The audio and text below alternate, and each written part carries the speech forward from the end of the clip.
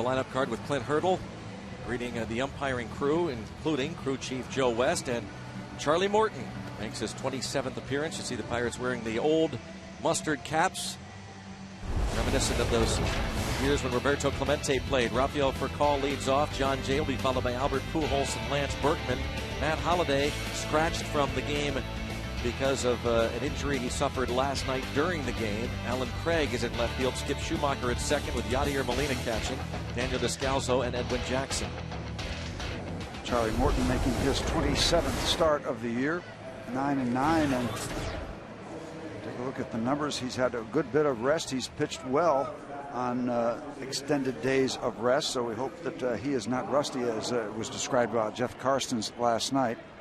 It is going to be a challenge because the Cardinals have not been very kind to Charlie career-wise. He's worked 37 innings in his career against the Cardinals, 28 earned runs in those 37 innings. Ouch.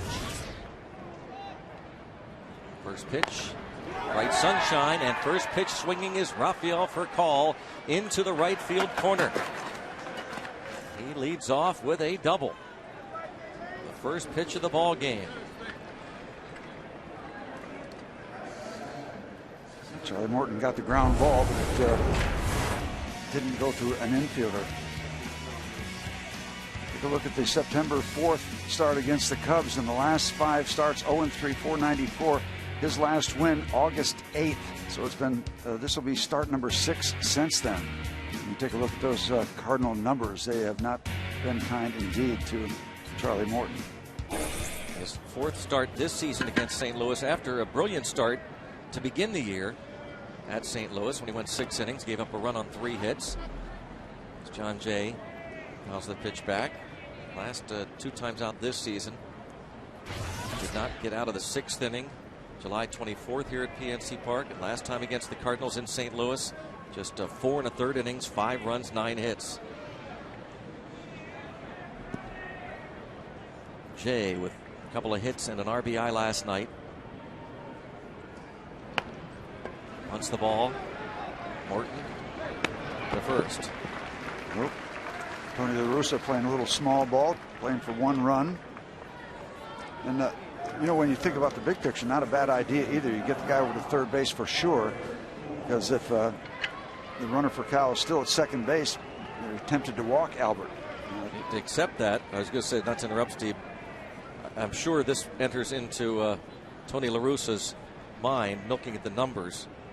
Pujols, 278 career against Morton. Berkman, 583, 7 for 12. Ouch. So they will pitch to Pujols with those career numbers staring at Morton. Fastball, ball 1. We're thinking along those lines, but there's no guarantee when Albert's up there that anybody's going to pitch to him ever. Well, it's something that we've talked about, not just this year, but over the years. And I don't care who's hitting behind him. I've heard that argument. Jim Edmonds before him. Oh, you know, you've got Edmonds, you got Berkman, you got to pick your poison. But you got Albert. I'd rather pitch to anybody but this guy. Yep. Not that guy, Berkman, but Pujols at the plate. I don't care who is on deck. I couldn't agree more. I mean, Bonds used to be walked all the time, regardless of the Jeff Kent or whoever it was behind him. But people still pitch to Pujols. Being very careful to him. 3-0. You're going to finish the deal here. Are they going to go down and give another signal? Especially when it gets to 3-0. You know, there's no guarantee Albert's going to take this ball. 3-1.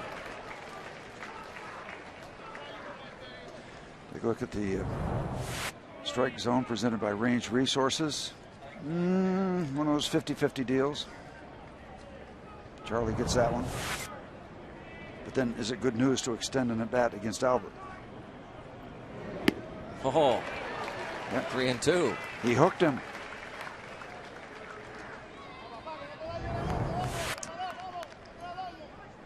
Nice curveball, and Albert out in front looking for the fastball, didn't get it. Why not take a shot? What have you got to lose if he goes down to first base? Pitched him tough, but he walked him. Joe West calling the balls and strikes. He is the crew chief. Paul Schreiber is at first base. Sam Holbrook at second. Chad Fairchild is at third.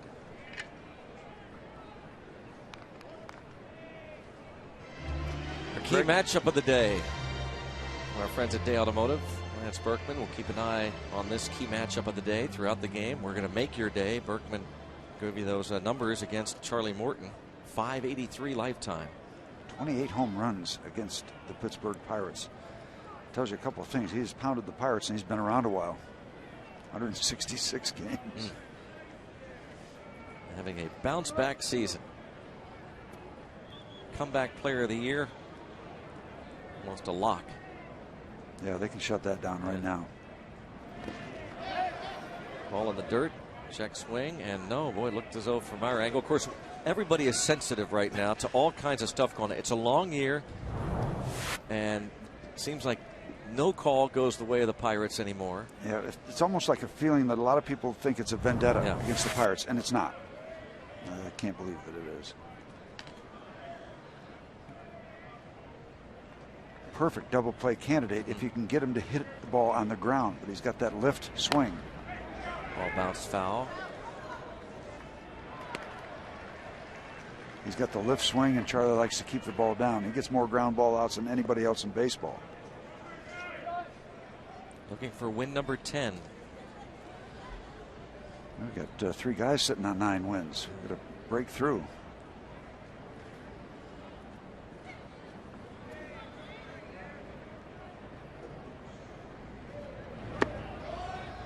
Berkman takes 2-1.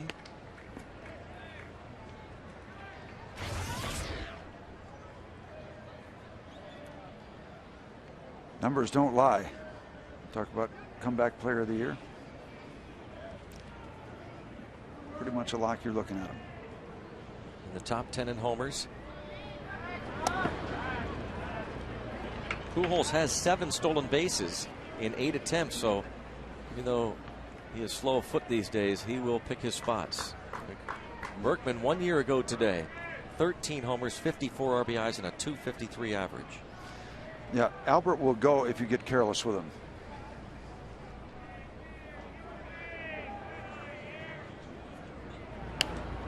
Two and two, and as we have also talked about a lot this season, Tony La Russa has been sending his runners, trying to avoid the Achilles heel of this club, the double play. They've hit into the most.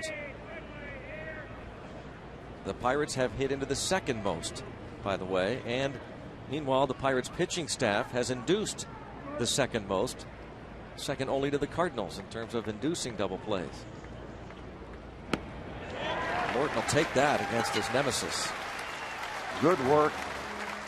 And Berkman is somewhat of a strikeout candidate. That's number 86. And he goes to the breaking ball down underneath the strike zone. And even though Berkman likes to hit the ball downstairs and lift it and golf it, I don't think you can go down that far and get under that particular pitch. So Charlie keeps the fastball down. That time he kept the curveball down nicely, and he's got a chance in a laboring first inning to get out of this.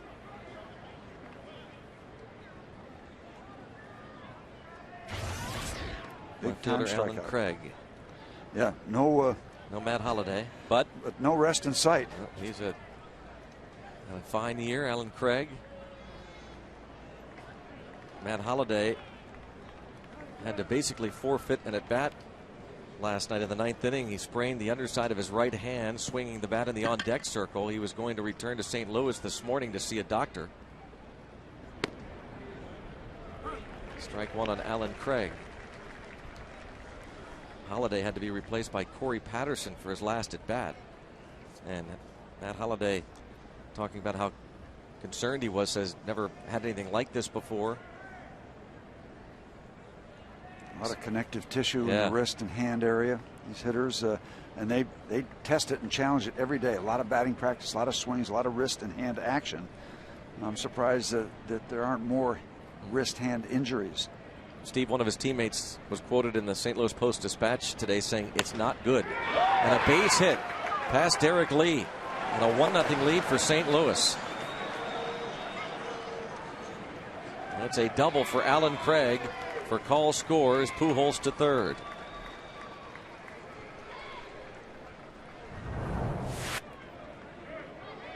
That one out over the plate, and Craig does a good bit of hitting by not trying to pull that ball, sends it the opposite way, just out of the reach of Derek Lee, and they're off to the races. And they do a lot of that first and third. I was going to mention that too. When Tony will send a lot of people keep out of the double play, the residual or additional factor is that they'll get a lot of first and thirds, automatic first and thirds on a base hit.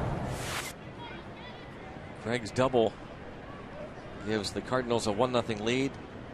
And now Skip Schumacher, who's a career .500 hitter against Charlie Morton, 10 out of 20.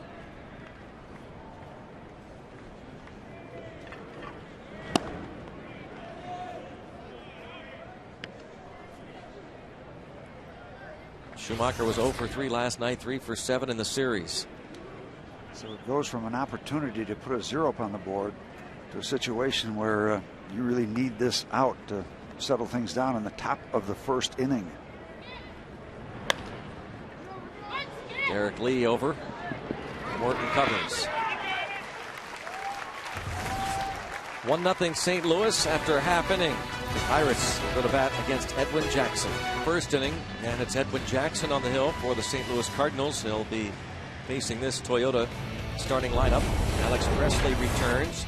Top of the order, then Neil Walker and Andrew McCutchen with Derek Lee hitting cleanup. Ryan Ludwig, the former Cardinal, bats fifth. Pedro Alvarez at third base today. Ronnie Cedeno, Michael McHenry, and Charlie Morton. Against this veteran, Edwin Jackson, Cardinals are a 6th major league team. He's bounced around. He's pitching for a strike, and this is his 10th start since joining the Cardinals. 4-2 in that time with a 3.44 ERA. 3-0 against the Bucks career-wise.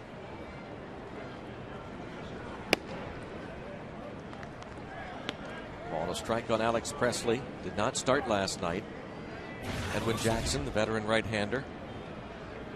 Done good work last 2 starts against Cincinnati and Atlanta. Just 2 runs given up in each of those 2 starts. They're the overall numbers since joining the Cardinals. High fly ball to right field, nearing the foul pole. And a foul ball toward the Clemente wall. And almost enough height. That would have been fun had it been fair. Yeah, have the leadoff guy for the Pirates hit it over the Clemente wall on Clemente Day.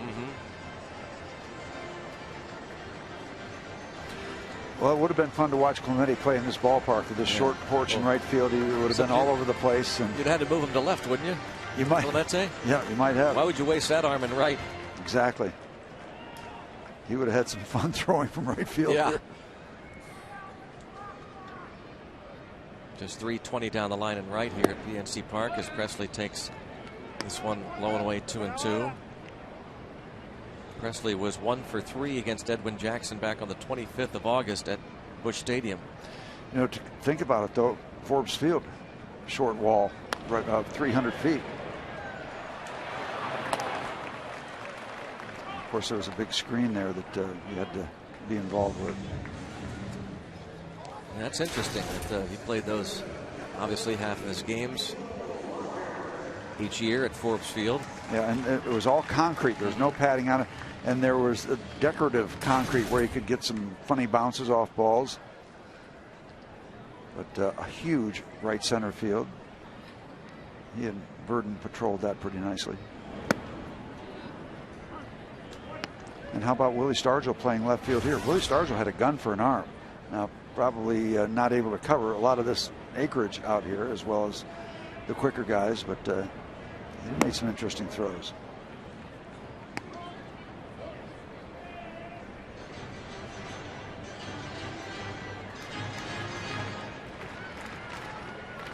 Deep left center here at PNC Park. And the short porch in right.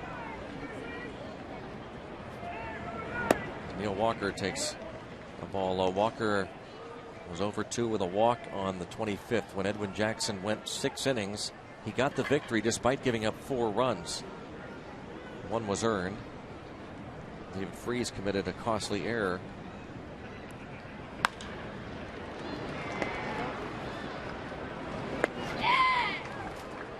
Schumacher's throw sailed a bit, but Pujols able to make the play.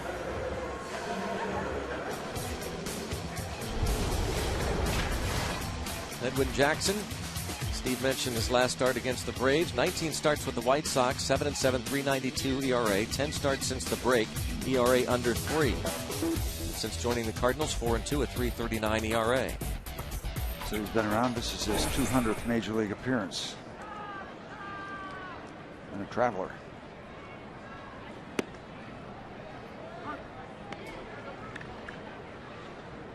McCutcheon, a 2-run bomb last night over the right center field wall, deep. Might have broken his bat there, a little flare. 1-2-3. The Pirates retired after 1 on a Wednesday afternoon.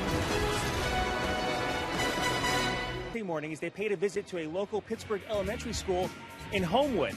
That's where they handed out more than $20,000 in school supplies. Students also had a chance to hear from Vera Clemente and her 2 sons, Roberto Jr. and Luis. Of course, they're here this afternoon for Roberto Clemente Day as well. Big day for a lot of people around Major League Baseball, guys including Jeff Karstens, who has been nominated for that award. And Steve, I'm sure you know better than anyone how special that award is. Absolutely. It's all over Major League Baseball, Dan, and there's a representative from each team. And I think during the World Series they announce the overall winner, and it's a big deal, especially a big deal when we hear Roberto Clemente's name in this town, because he is still so much alive in our memories and in our hearts, what he did here for so many years and what he did all around baseball, representing himself in the city. And first batter is retired, Roberto Clemente Day, throughout baseball. And former Pirates on hand, that all-minority team, the first time a Major League club had started an all-minority lineup. Many of those members of that all-minority starting lineup on hand. Jeff Karstens getting a hug from Vera Clemente.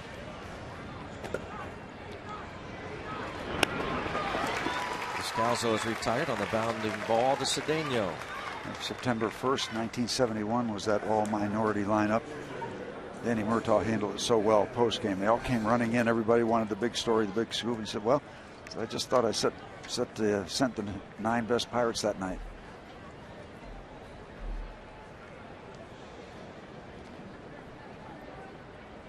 Oh, the old mustard caps. Wow. A few memories there.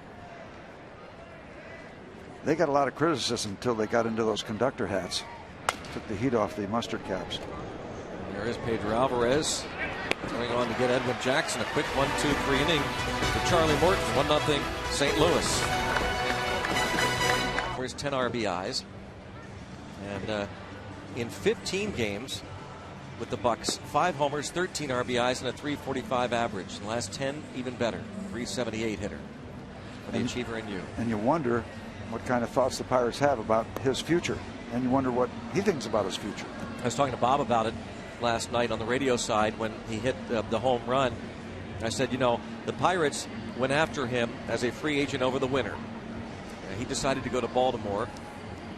Thought that was a good place, certainly better reputation for right-hand hitters, Camden Yards.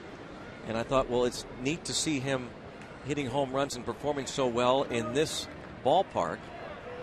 Maybe that will increase his attraction and his desire to return, number 1, to playing at all, and number 2, to playing here in Pittsburgh. But Bob made a good point. So there are scouts all over the place watching this, and they see Derek Lee performing well. They're going to want him. And look at this. On cue, another hit for Derek Lee. We're just talking over on this side that got the feeling he's got something left in the tank.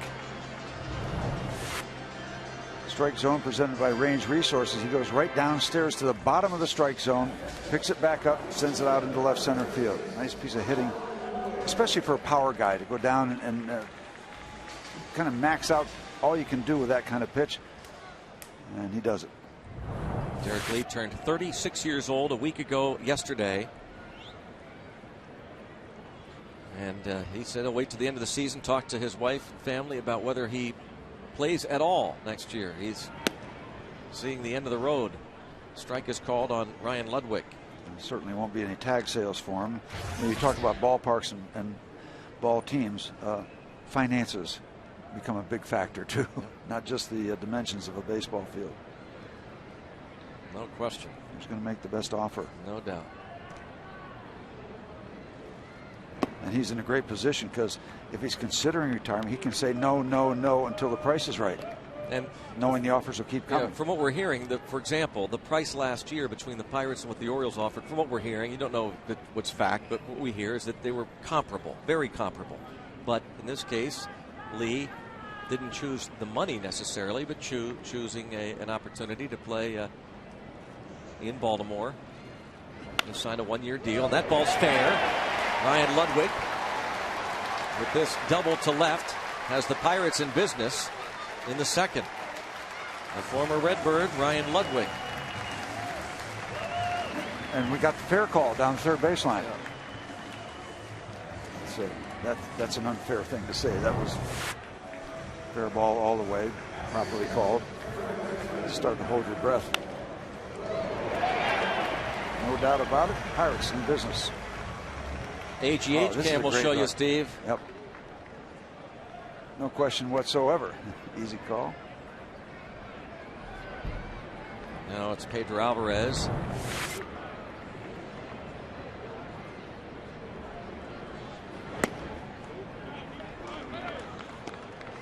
Ball one.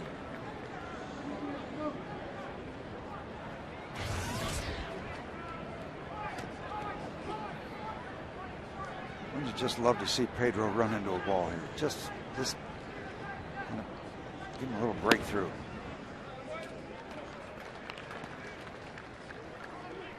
Two 2-0 on Alvarez. Solid single as a pinch hitter in the ninth inning last night against the hard-throwing right-hander Jason Mott. Got a free ride on this 2-0 pitch. See something he likes.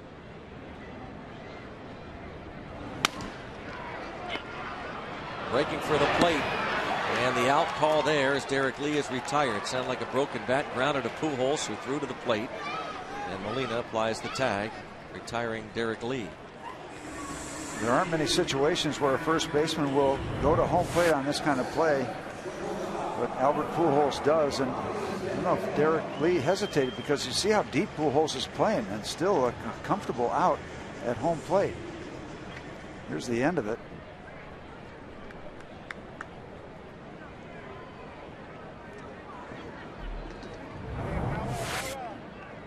I was actually surprised to see Pujols come to home plate. I just thought he'd take it out because he was playing so deep. Pujols, despite the errors the first two games of this series, 3 last night, a Gold Glover, and very well aware of situations, figuring he had an out. Derek could not have gotten a good break toward home plate. Cedeno fouls it out of play. Listen to the bat crack here. A good break. He just Pujols got it to home plate.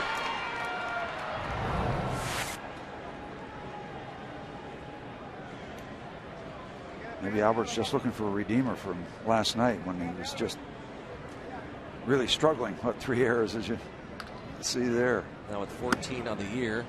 And here we are, the anniversary of our buddy Bob Brenly, then with the San Francisco Giants back in 1986. Brenly now the color analyst for the Chicago Cubs. 4 errors in 1 inning. 1986, but he atoned with a couple of home runs, including the game winner. Gave the Giants a 7-6 win over Atlanta. There are happy endings. Brenly, primarily a catcher, was playing third base that day. They always used to say the ball will find you. That's a great thing too about baseball, Steve, is that you can atone. Yeah, you get to have opportunities. Yep. Whether it's offensively or defensively.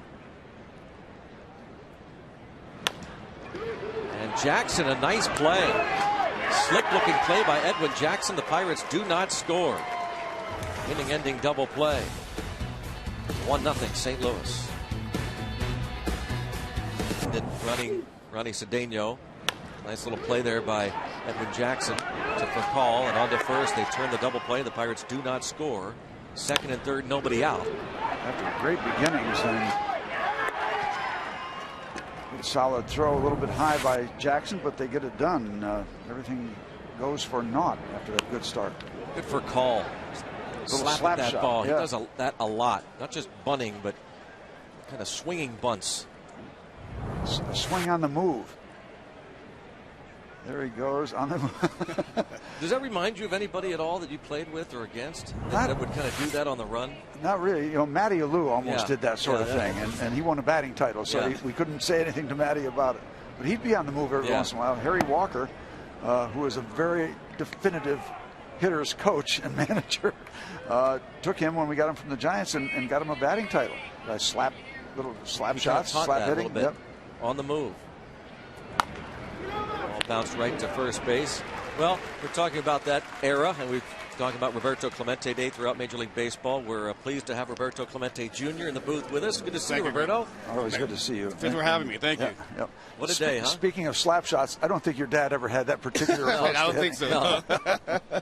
But this is really a neat day, I know, for you and your mom and your family, right, Roberto? Absolutely. It's it's obviously a great honor to carry his name and the legacy that he left us, and to be able to be celebrated a day like today around Major League Baseball. It's quite an honor.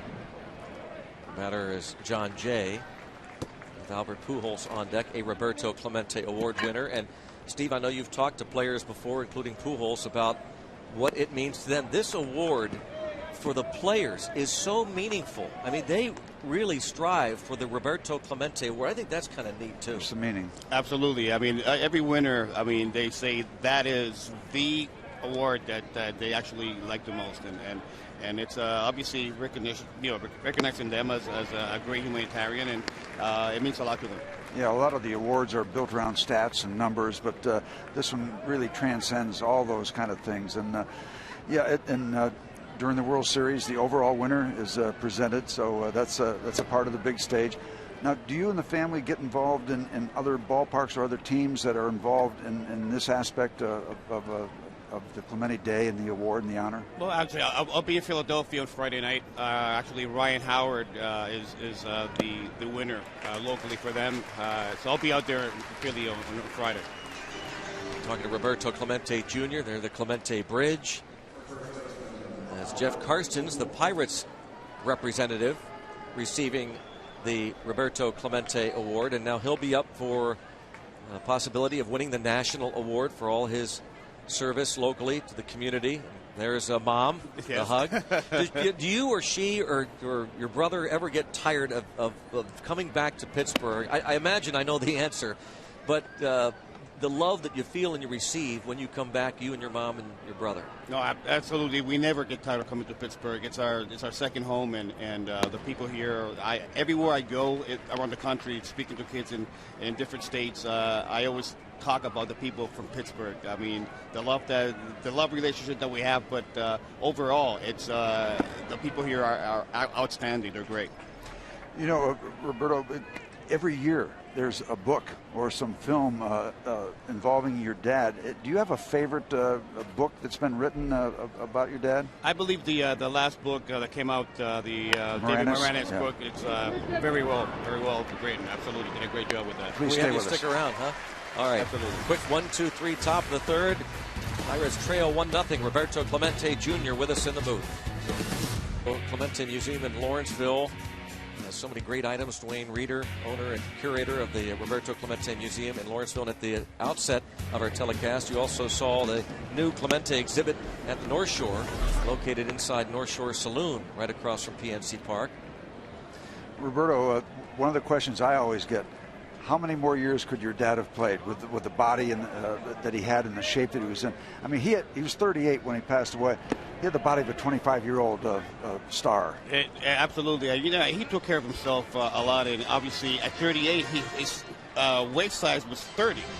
So I haven't been 30, I don't know how many years. You're talking to the two guys. Know where you're coming from there. Yeah, he was just a magnificent physical specimen, as well as the instincts and the grace with which he played the ball game.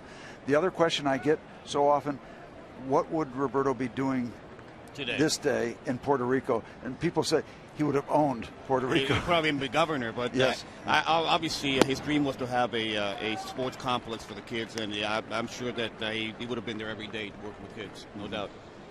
That's That was we heard that so much when he was 35, 36, 37. The dream of Sports City in Puerto Rico, and he was looking far ahead all the time. Michael McHenry shoots one down the line and left.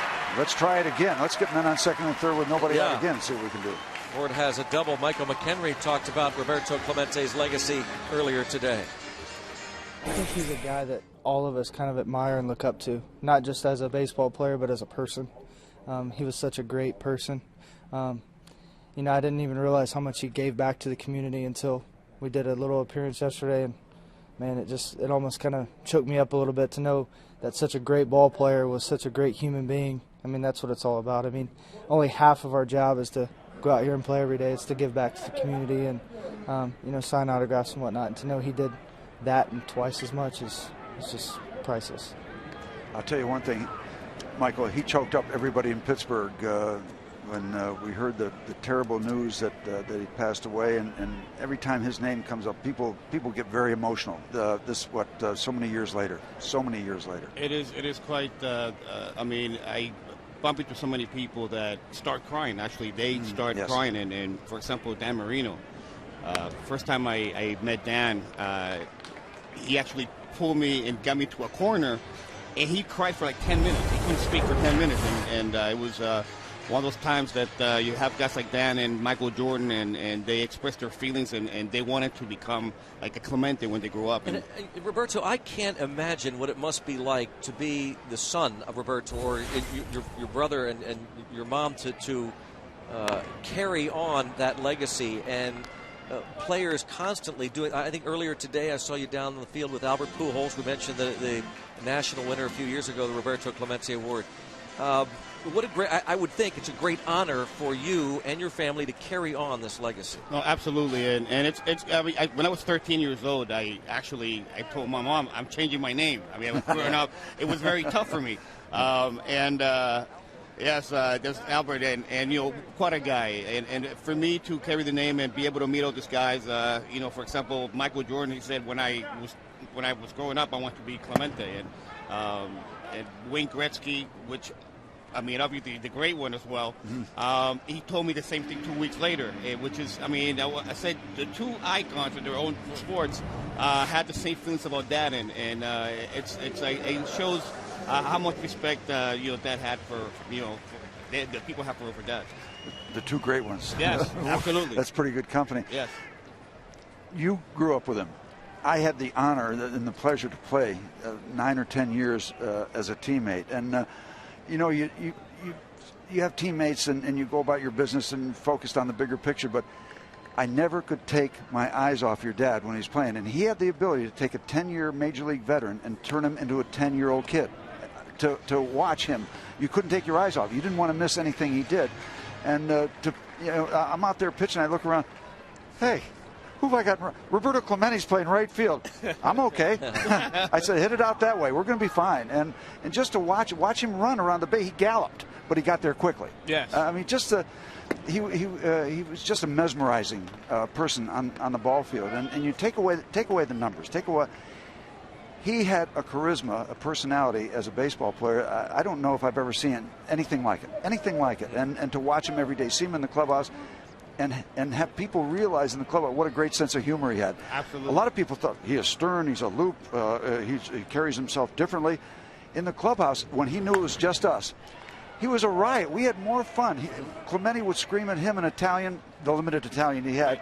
Your dad would go back at him in Spanish. Clemente would try to come over and ask Doc Ellis what he said. It was just crazy, and it was all good, good. The stories at the house after the games, and players come in to have dinner late at night, and the stories. He really let his hair down, and he was a fun guy. His sense of humor was absolutely fantastic. Yeah, I loved getting to know that part of him, and day after day when you travel, obviously with a baseball team, it was just great to know that he had his fun too. Even though he got his game face on, he had all his fun. Oh, look at this. Alex Presley goes the other way, hits it over the head of the left fielder Craig, and a double to tie this game at 1 for Alex Presley. An opposite field two-base hit, scores McHenry. It's 1-1. Well, he tried it down the right field line when he led off the bottom of the first inning and just missed a home run, so that didn't work. So, all right, we're going to go in the other direction.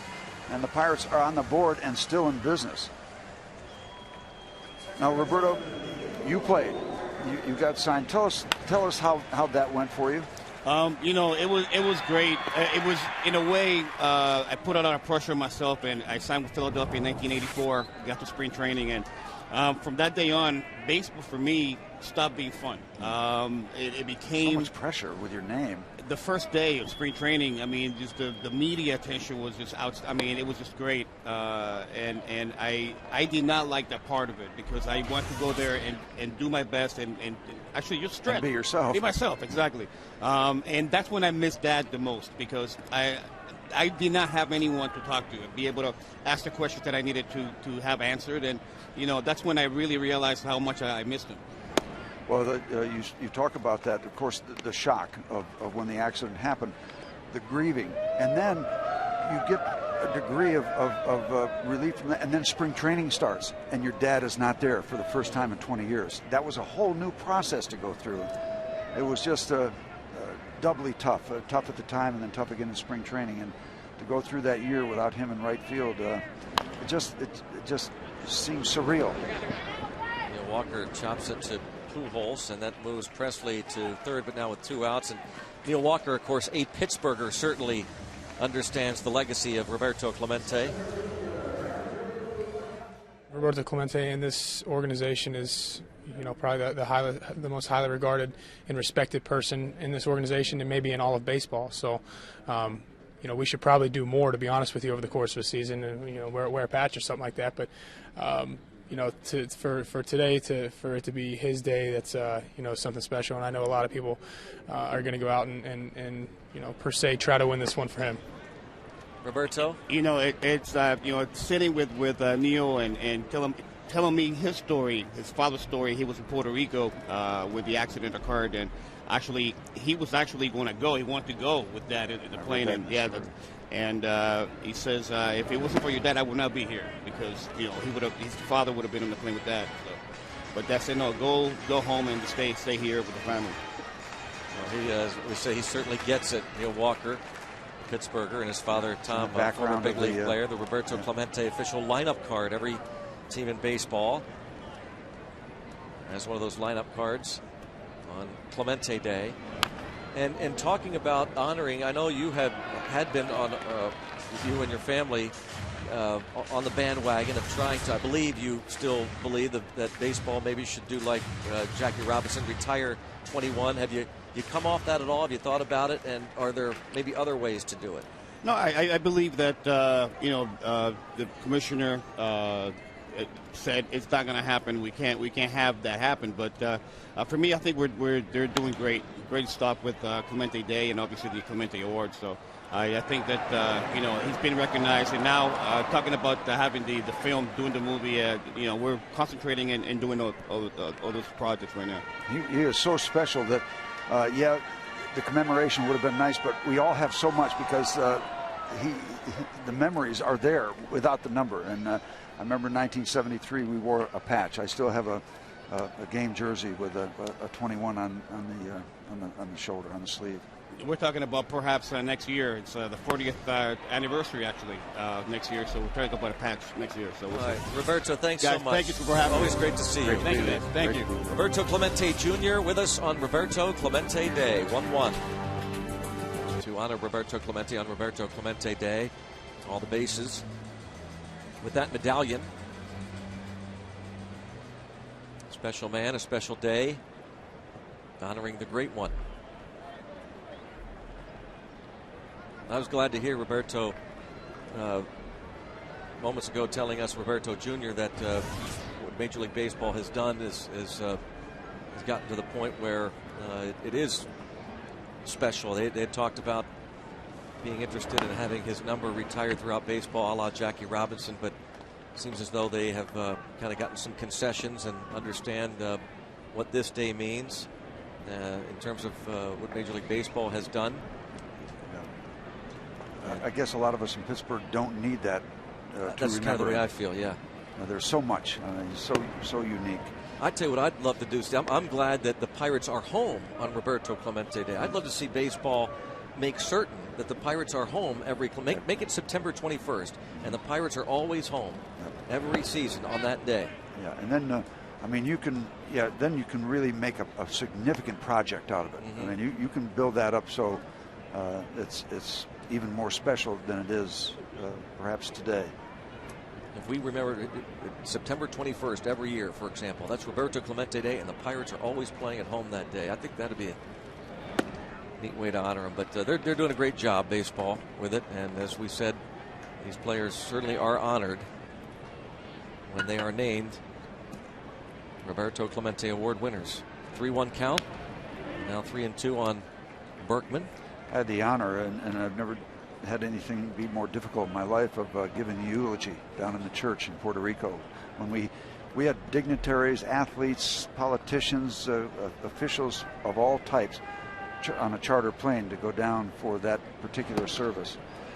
And it was a eulogy that was adapted from the eulogy that was used for Lou Gehrig. Bill Guilfoyle was our PR guy. He had been in the Yankee organization.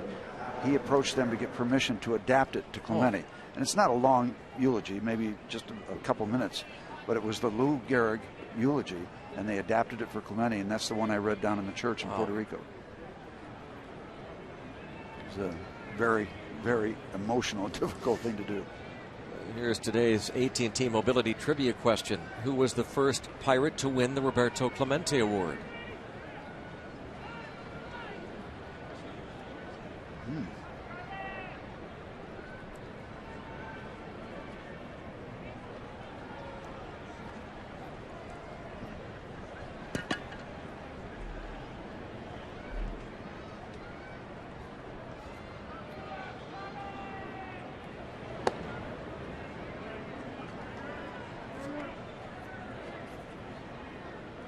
Ball one on Alan Craig after a leadoff walk to Berkman. Craig doubled to right field in the first. Wearing number 21. There are several Latin American ball players that wear 21 in his honor.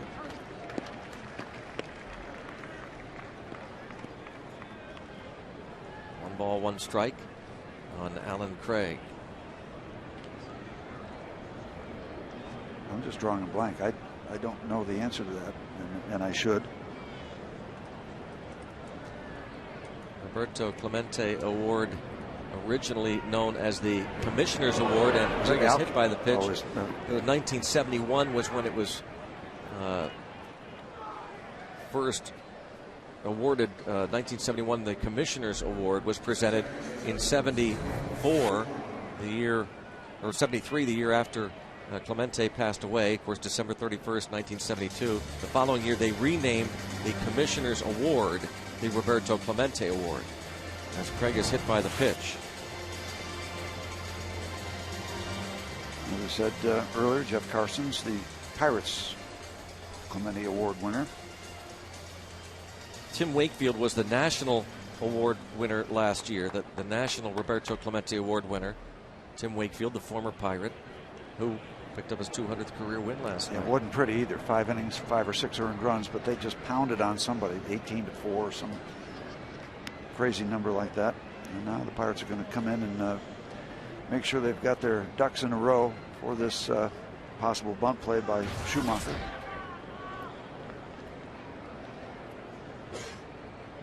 One ball game. Schumacher, great career numbers against Morton, so he is not bunting, and he lines it toward right. Ludwig, runner at second, will tag and move up 90 feet. Berkman into third.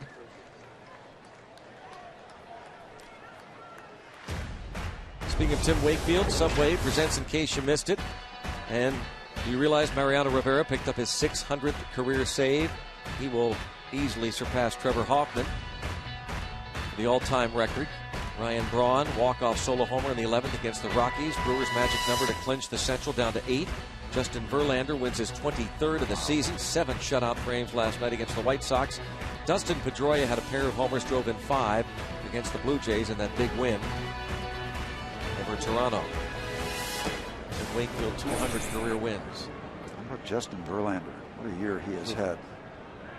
Is having. He's not done yet. Tigers have won 11 in a row. Molina, certainly a double play candidate. Flied to center in the second inning. And this ball hit the other way and deep. Hits off the wall and caroms past Ludwig. And that might enable another run to score, and it will. Ludwig not able to make the play immediately off that wall as it takes those odd bounces. And it's a 2-run double for Molina. He continues to torch the Pirates. Not only hitting that double off the Clemente wall, but getting a St. Louis Cardinal bounce. As Ludwig went back and trying to position himself where he thought the bounce would come to, it didn't come that way. Check it out. There's the impact. You hear it too, but then the big bounce. There's a lot of different surfaces out there. And when they're sure that the ball's not going to be caught, they had to hold, but still time with the bounce to clear the bases.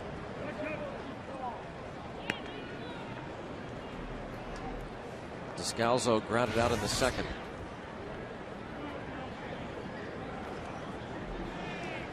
Talk about getting hurt by a walk and a hit batter.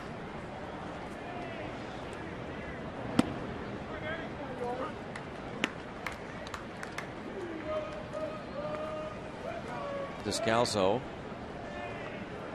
1 out.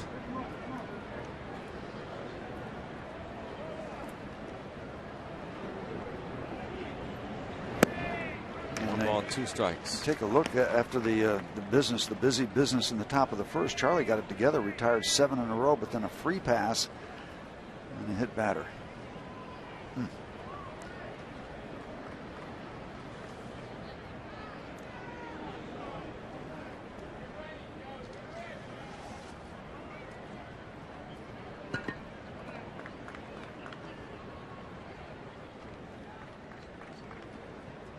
2-run double for Molina. Gives him 60 RBIs on the year, career high 62 last season.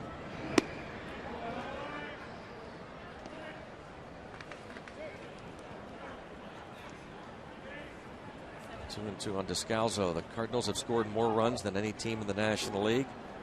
Highest batting average in the league by far. Now on strikes goes Descalzo. They came in hitting .272. Collectively, the Cardinals. The Mets are second, hitting .265. Strike zone. And Descalzo goes right on through that high delivery. Charlie's not upstairs very often, but he gets that one past the third baseman of the Cardinals. 3 doubles today, just 3 hits, so they maxed out their hits. 3 doubles, 3 runs. Tapper and Edwin Jackson would be the third out. But a walk, a hit Batman, and after a line out, the double by Molina scores a pair, and it's 3-1 St. Louis. To the plate. Single to start the second inning. Last night, Josh Harrison was mic'd up, and he loved this home run. Listen to him. Get out, ball.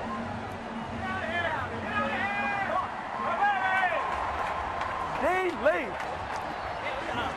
Hey. Outstanding. I hit that. That's bouncing in the gap. Not even on the warning track. Eric Lee's home run over the right field wall in the third inning. Josh Harrison was mic'd up. It's kind of fun to hear those guys, and when it's not a structured environment with a straight interview format. You can tell they're having some fun with things. That keep it loose, keep it light. Fans don't really get to see that side of these guys that often. Everybody's kind of careful with answers, and you get some cliches and that sort of stuff. Just like Kevin Costner was coaching Nuke Lalash down in Bull Durham. Here's what you got to say. Can't do it every day, and right. All that stuff. Scripted. Yep. Derek Lee with another hit. Derek Lee starts this fourth inning off with a base hit to center.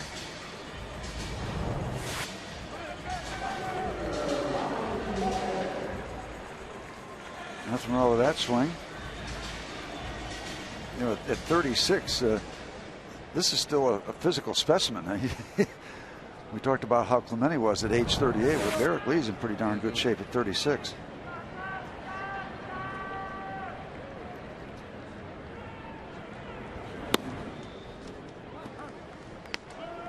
Ryan Ludwig doubled down the left field line in the second.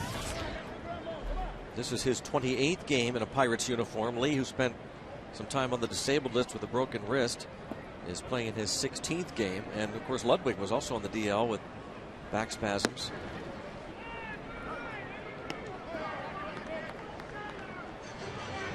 One, two on Ludwig.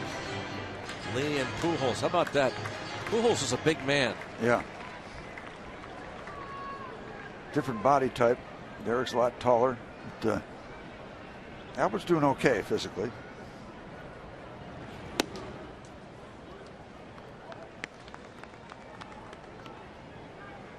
One ball, two strikes on Ludwig.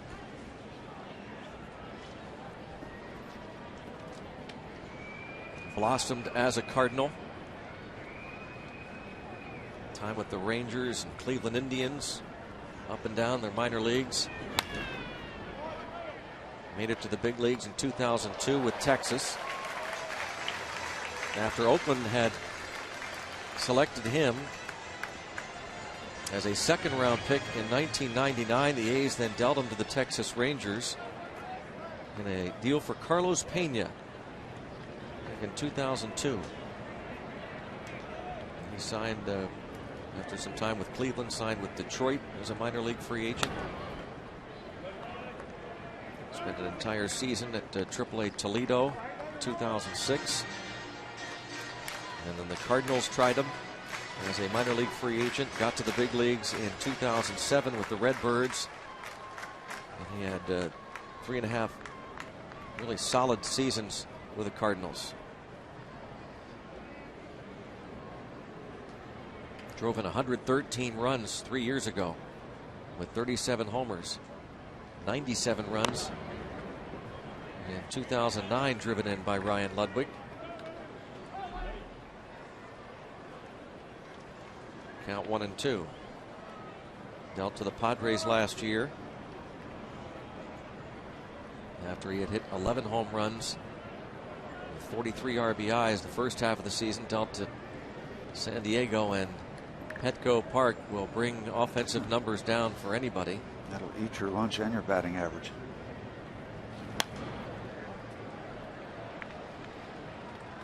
Remains 1-2 on Ryan Ludwig. You know, you look at that whole scenario. Petco Park is so huge. Now, should it have that much of an effect on your batting average or just your power? Let's get into discussions about that.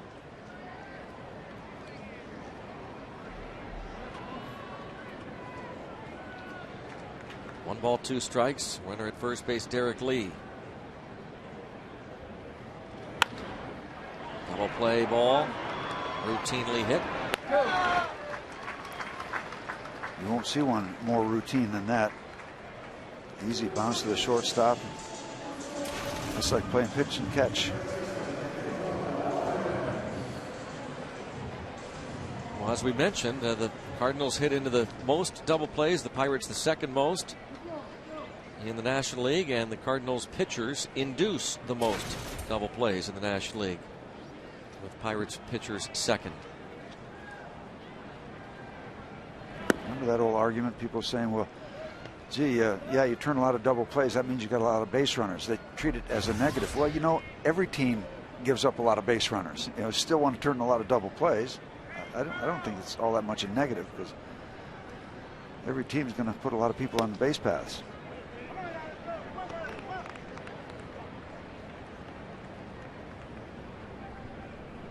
Two 2-0 on Alvarez.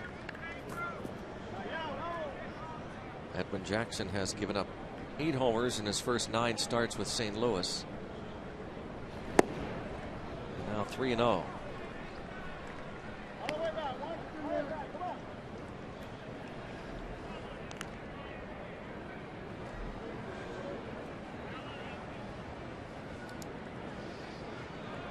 Guy struggling like this, you figure doesn't have the green light, or no. Strike. He tossed the bat away Too early. Joe West calls it a strike.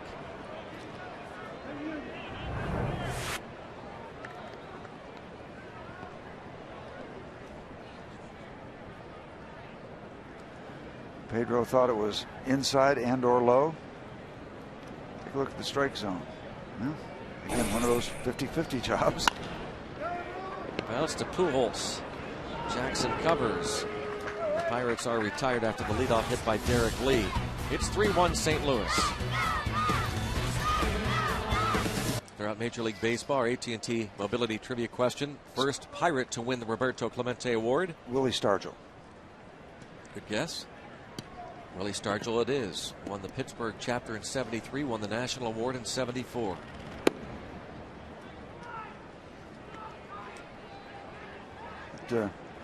Not that any of the trivia questions are easy, but that one kind of logic.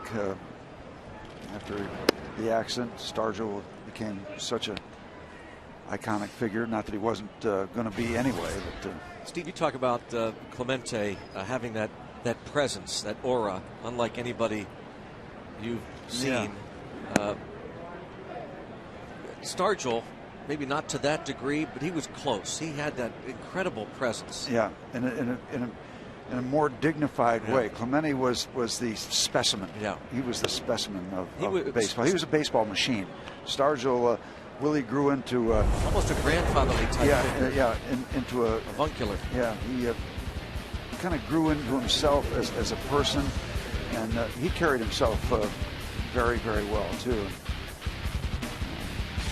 Both of them missed, and just so lucky to play. I came up through the minor leagues with Willie, and he just took off. In fact, he came down to the Dominican Republic in the winter of 1963 to kind of hone his game after he had gotten to the big leagues. So you talk about big leaguers going to winter ball or instructional league, and Stargell was involved in that.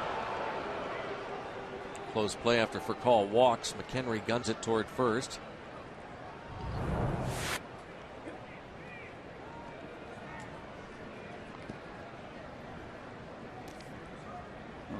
Backdoor action. It's thrown behind the batter. Very close. Another close play.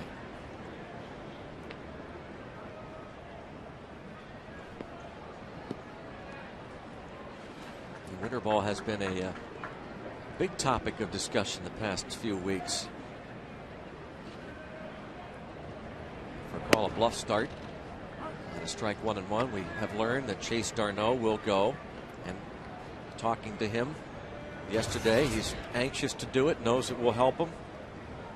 Pedro Alvarez, if they can find him a spot, he is committed to going if they can get a roster spot somewhere. There goes the runner, pitch out, and the batter swung at it, and they caught stealing. Wow, John Jay swung at the pitch out. Caught stealing. 2-6. A lot of stuff going on there by home plate as McHenry comes out, and the bat almost clipping Michael McHenry, but he kept it together, kept his focus, kept his concentration, and a tough tag because that ball is heading back toward first base. So Daniel has to deal with the traffic as he goes over, gets the ball, makes the tag. A lot of stuff going on. 2-6 is the bottom line. Well, they're in a suicide squeeze. Have you seen a batter swing like that on a pitch out? No. 2 outs. That is bizarre. Well, I've seen batters throw the bat at the ball. Yeah. Jay is retired, trying to protect Furcal on the pitch out. Pirates guess right. 2 down. Getting back to that winter ball thing, a lot of us went because two things. We thought it could help us get back to the big leagues or get to the big leagues. Plus, there was some extra cash. Always like that. Oh, yeah. Nice to clear up the bases now as Pujols is at the plate. I wonder how close Jay came with that bat to Michael McHenry. There goes Michael out there. Here comes the bat, the ball. Well, no, not all that close.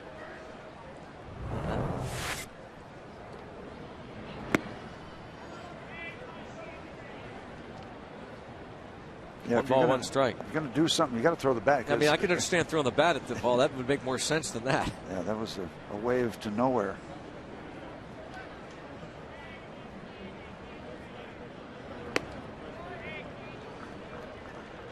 Albert Pujols, you'll find his name among the league leaders just about every year in just about every category. Barrel Automotive league leaders in most homers against righties. Howard, Ugla, Pujols, 1, 2, 3. And there's Berkman and fielder.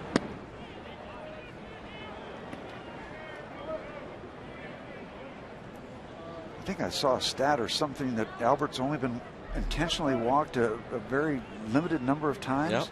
14 or some crazy number, 14 or 15. If it's that low, I'm not sure, but it's low. As this ball is bounced to the shortstop. Cedeno, 6-3 on the putout. By Day Automotive, we're gonna make your day. Let's go Bucks! Welcome back. The Pirates and the Cardinals. A couple of friends putting their differences aside today. But not their hairdos. Until he whacked his buddy right there. Cedeno, McHenry, Morton. Nick Punto takes over at short. For call. Don't know whether he was injured on that attempted steal attempt. And the top of the 5th. 1 ball, 1 strike. There is Punto. His attempted steal attempt is a bit redundant. Let's watch.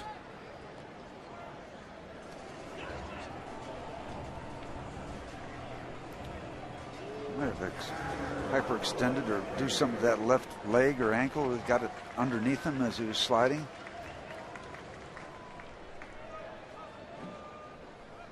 Could be hip discomfort. Yeah. Discomfort becoming very much into vogue now for disabled list business.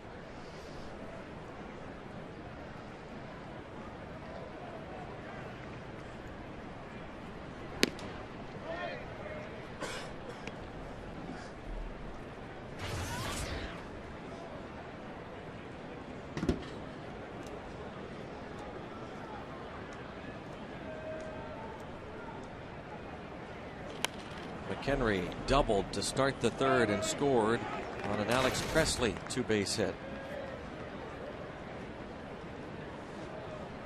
You had that, in case you missed it, stuff about Mariano Rivera. Is there any more of a professional in the big leagues than Mariano Rivera?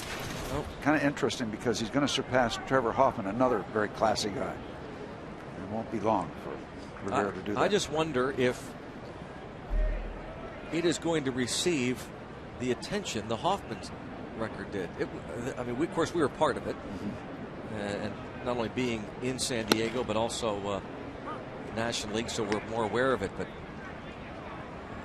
it seems to be going along quietly here, Mariano Rivera. Just, I guess that suits his personality. Yeah, he's just such a low-profile guy. But keep in mind, he plays in New York.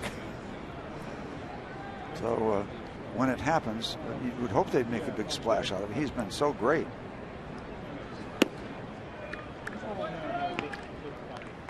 I saw it last night, and they didn't carry him off on their shoulders. They all came out, the Yankee team, and he shook their hands, gave him a little hug, had a smile on his face, but no chest thumping and theatrics from him. Raised fists.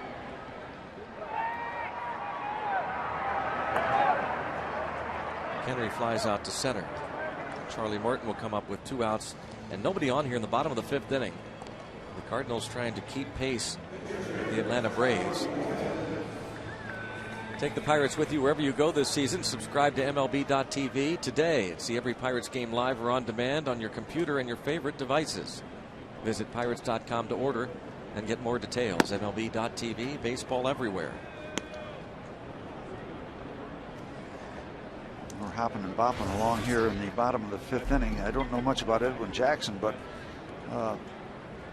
he's got a very, very impressive fastball, 94 miles an hour. He's touching 94 on several occasions. You get an idea, you almost have a perception that he's very old because he's bounced around 6 major league teams, but he's only 27. He has bounced around, and one of his problems has been at times command issues, control. No problems for the right-hander of the St. Louis Cardinals in the bottom of the 5th inning, getting a ground ball, a pop-up, and a strikeout of Charlie Morton. 1, 2, 3. The Buccos are retired, and through 5, it's still St. Louis 3, Pittsburgh 1. Lance Berkman leads off. He has struck out, walked and scored, and toward the gap in left center field. Me. Berkman will get a couple, and he's thinking 3, and he's going to get there as Cedeno not able to take that throw. The cutoff man was overthrown. Presley had a little bit of a bobble, looked like. Second triple this season for Berkman. That was the perfect situation for Lance Berkman because that ball kept rolling in. They probably picked it up right near the 410 sign, so it got into the notch, rolled a long time. So this is a long trip to track it down. Yep, right into the corner. As far as you can go in this ballpark. Perfect situation for Lance. And he's gassed right now, I tell you. You know, he's not as big as he used to be, so he's trimmed down some, so he's able to get a little more mileage getting around the bases, but he's feeling it right now. Infield is in for Alan Craig. Look out. Oh my goodness. Wow. Let's see who that right is. Toward the Cardinals dugout. Number 26, almost Kyle Loesch. Yeah, that smarter move would be to duck down. Kyle.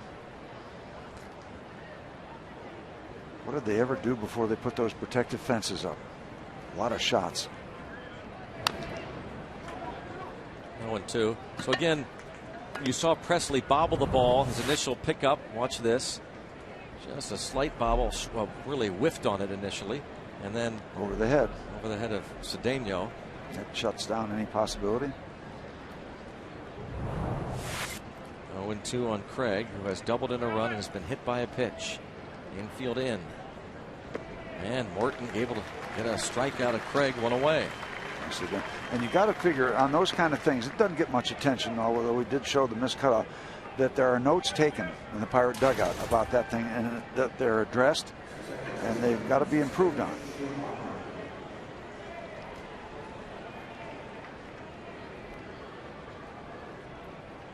You've got instructors that apply to offense, defense, hitting, pitching, running, and so that has to be brought up. You must hit the cutoff man.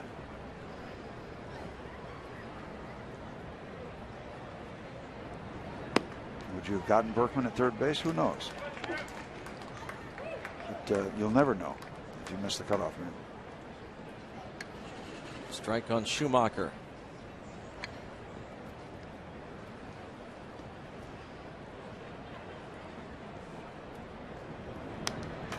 And 0-2. Not to beat it up too much, but there are youngsters that perhaps are watching. The reason you hit the cutoff man, you throw it in, even if you're late. What if he overslides or trips or falls or has some issue at third base, even though there was no chance to beat him with the throw, but it gets tangled up, there's something happening at third base. The ball is there instead of just being run in by someone who's picking it up after the missed cutoff.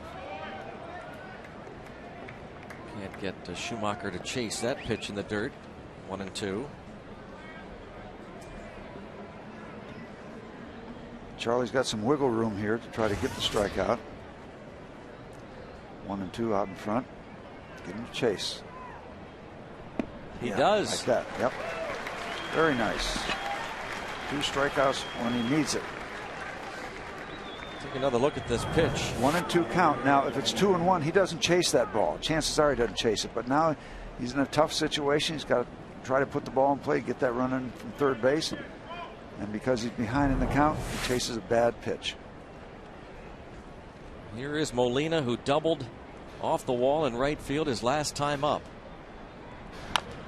Tapper going to be a tough play. Alvarez, the bare hand, the throw, and he got him! Oh, Pedro. Spectacular play by Pedro Alvarez to retire Molina. The Cardinals had a leadoff man at third. They do not score. Great stuff by Pedro and nice job by Lee on the other side. Neat major league play. Play by Alvarez and Derek Lee. You don't have to say too much about it. Just great on both ends. Nice pick by Derek. Fun play to watch. Sweet. And happily Derek Lee didn't get his foot stepped on there. He had it up on top of the bag. But there's where you talk about, you know, you're going nowhere in a race, but you respect effort day in and day out. And you know, we're talking about being spoilers, and that's okay, but you got to get on the other side. This is about the Pittsburgh Pirates, trying to maybe prove to somebody that you're capable of playing not only in September, but maybe next year. They call it auditions, but you play hard, and you try to get in somebody's mind that you can do the job. The ball hit hard, Steve, off the bat of Alex Presley into the right field corner. He has his second double. And you could hear the crack of the bat all the way up here. That ball was hit solid. Tattooed, blistered.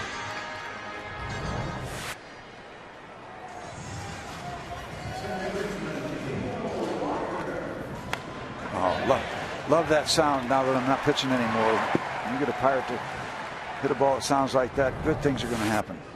Good things, good thoughts. Good things. Courtesy of Alec Baldwin. What movie was that? Oh, boy. We'll get it. The guys in the truck will have it for it. I can't remember. Good thoughts, good thoughts. I want to say it was a Adam Sandler movie. Dan Potash might know. Dan? Steve, are you thinking The Departed? Yes. He was the cop or the official there, or the politician. He was. He was indeed. Okay, thank you, Dan. You're always there for us. That's what I'm here for, baby. All right. We can't do it without the AGH, Cam, and Dan. Yep. The Departed. I think Nicholson was in that movie, too.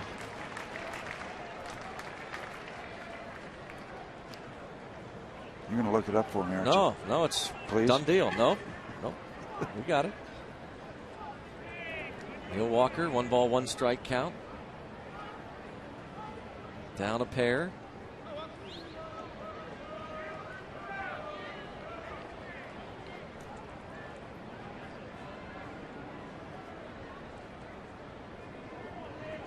Pirates. An afternoon for doubles. Yeah. Cardinals have their share also. Fouled off to the left. Walker has grounded to second and bounced to first.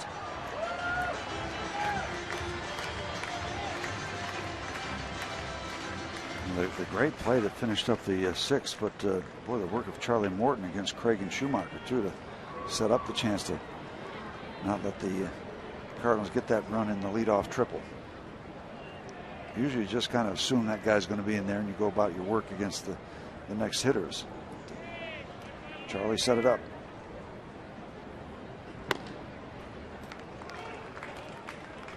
Still 94 miles an hour from Jackson, trying to prevent Neal from pulling the ball.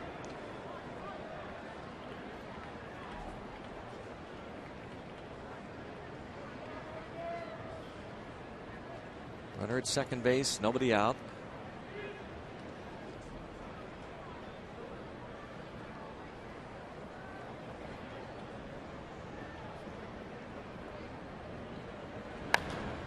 And Walker slams his bat to the dirt as he is not able to advance the runner. And it looked like Jackson came in on him, kind of tied him up after that high outside fastball. Yep. Frustration.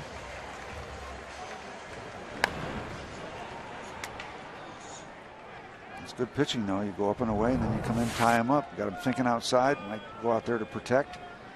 Get in on the hands. Hitting is not easy. That's why a lot of us became pitchers. Hitting's tough. 0-1 on McCutcheon. He's popped up and struck out. Runner at second, 1 away. Down 2. Derek Lee on deck.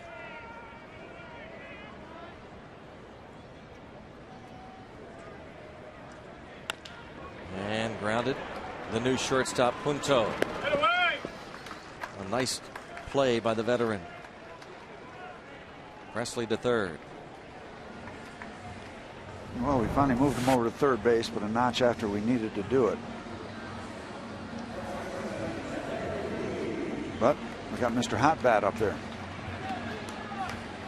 Lee with a couple of hits and 2 at-bats against Edwin Jackson. The AGH cam showing you the play. Nick Punto, former Twin. And here comes Derek Lilliquist, the acting pitching coach with Dave Duncan, back home with his wife, who underwent serious surgery a few weeks ago. I just got a text, by the way. I was thinking of the movie Along Came Polly. That was what I'm thinking when Good Things was Alec Baldwin's line there. I didn't see the one that you and Dan were talking about, the Departed movie, but about cops in Boston. Yeah. So, get that straight. On Sunday, September 25th, Pirates and Reds meet at 1:35. It's Kids Day. All youngsters 14 and under get a growth chart featuring Andrew McCutcheon, courtesy of Hochstetter Printing. Come early for the #1 Cochrane Kids Fun Zone on Federal Street. After the game, all kids can run the bases thanks to H.K. Anderson Pretzels. For tickets, go to pirates.com. They went over strategy with Jackson facing Derek Lee. Stopped into Tony La Russa's office this morning inquiring about Dave Duncan, whose wife is quite ill. And, Dave is with his wife down at Duke, one of the medical centers at Duke University. Hope the best for Dave, his family, his wife. Absolutely. He and Tony have been together a long time. They've been tied to the hip forever, it seems. Surgery for a brain tumor. Dave Duncan's wife. 2-0 pitch.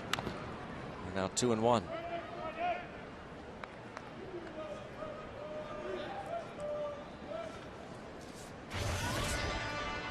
Pirates down a pair. And Edwin Jackson pitching a good one.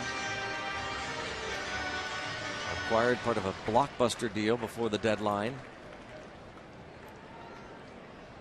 Trade involving the Blue Jays and White Sox. 3-1 the count. Rasmus involved in that one? Yep.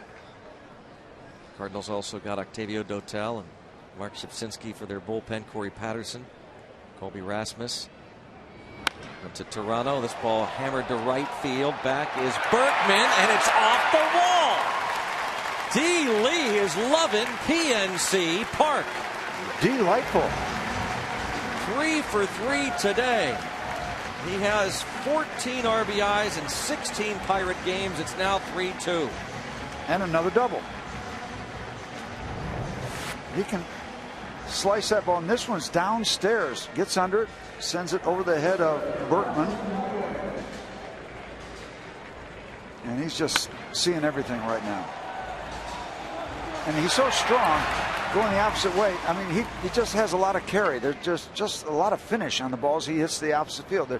Some opposite field guys just kind of slap the ball that way. He sends it. A lot of carry.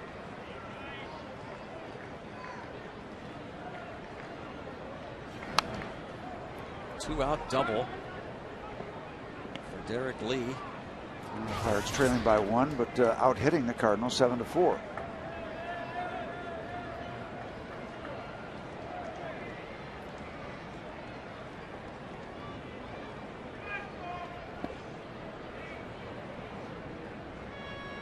Won the count on Ludwig.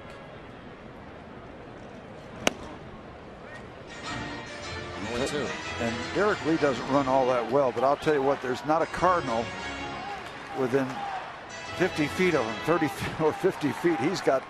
He's lonely out there at second base. So a base hit to center field or shooting to the outfield should give him a good chance to get all the way around. Yeah, they're really giving him third base if he wanted it. Not going to matter. Jackson strikes out Ludwig, but the Pirates creep to within 1. There's Derek Lee. Doubles in Presley. 2 in favor of the St. Louis Cardinals. The concluding game of this series, the rubber match, and the final game of the season series. Bucks need a win to end 8-8 this year against the Redbirds. Daniel Descalzo, then the pitcher due up. 1 ball, 1 strike, and really Look at Charlie Morton's shaky first inning. Gave up the 2-run double in the 4th inning to Molina after a walk and a hit batsman.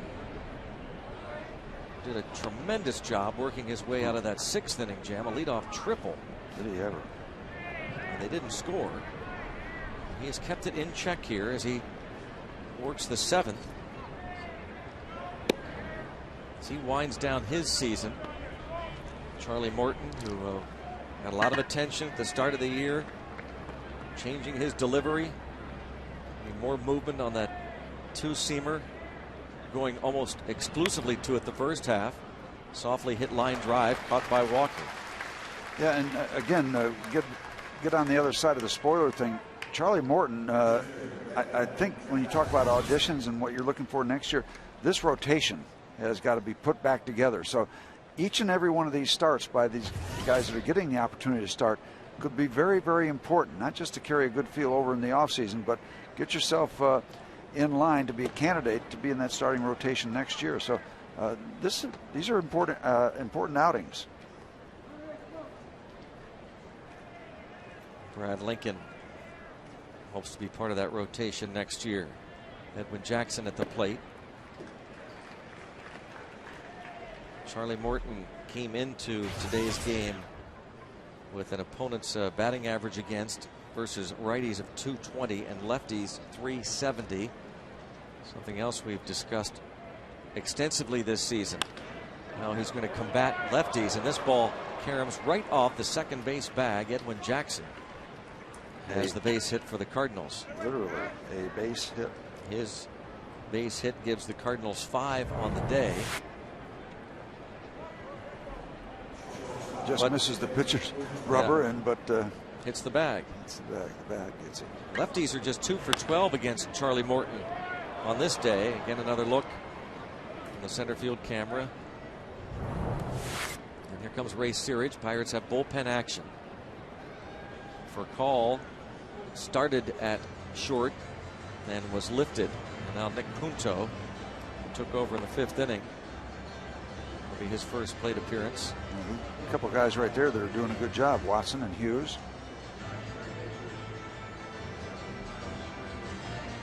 Mild strain to the left knee for Rafael Furcal on that caught stealing. We were trying to figure what forced him to leave the ball game.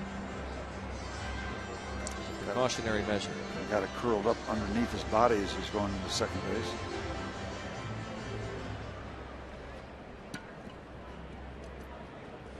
Oh, Hughes has been terrific, and Clint Hurdle in the paper today. Good words, good thoughts, good things about Tony Watson. Talking about what that rotation might look like and some of the discussions that will take place over the winter for 2012. One might be Pirates taking a long look at Watson, whether they want to continue having him in this relief role, or would he go back to his roots as a starter. Became a full-time reliever this season. Toward the second half of last year with Altoona, after starting 9 games, went into the bullpen, and Tony Watson is loosening. Chris LaRue, another guy we've asked about the stuff he has. Would they consider having him start once again? Something he had talked about in spring training with the Pirates. And a foul tip. Nick Punto goes down on strikes. Number 6 for Charlie. Yeah. We'll watch that replay as Charlie gets the strikeout, pitch upstairs, and Punto's got to be frustrated. That's in that hitter zone. To go back to your subject, many times when a guy is a middle reliever and he has any part of a resume that includes starting, and he starts doing good work as a middle guy, you always start to think, oh, could he go back to starting? If you know, because he's a guy you can stretch out for 3 or 4 innings at times, and if he's doing that on a consistent basis, hey, maybe he could be a candidate. He's done it before, and now he looks like he's pitching well, but he's got to be doing the job for those 3 and 4 innings. And you got to be in a situation where they're looking for candidates. not likely that LaRue would go back to his starting role, which he did in his first year of pro ball. Jeff Karsten's looking on. What are you looking at now? Carson's, Morton, and McDonald, kind of the leading candidates, if you will. 2-1. LaRue is out of option, so he would have to make the club out of spring training next year. And as Clint Hurdle said yesterday, and he's done nothing to make you think that he wouldn't be a part of the bullpen. He's done nothing but impress LaRue. 2-2 the count with Albert Pujols on deck. Here's Chris LaRue. I'd like to let Albert lead off. Talking about Charlie earlier, that's just pitch number 87, so he hasn't labored all that much in terms of a pitch count, but he's scheduled to bat fourth in the bottom of the seventh. Kevin Correa obviously is part of the rotation next year too. Yeah. Here's the 2-2, and it is lined in the right field, a base hit on the 2-2 pitch. This will put runners at first and third. And Pujols coming to the plate. Pirates also have right-hander Jared Hughes loosening. And Clint Hurdle, see what he decides to do. Is he going to let Morton face Pujols, or is he going to have McHenry buy time for Hughes? What do you think? Well, he's done a good job. He walked it, but then 2 ground balls, and it's a ground chuck. You know, when Charlie's on, he gets the ground balls. See what happens here. Was McHenry just going out there to buy Hughes some extra time? I think he's going to stay with him.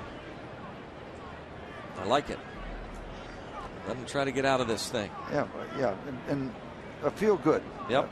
Probably a departure. Yep. After this, but what a great way to finish if you could get Pujols. Exactly. Finish up with 7 strong innings. Yep.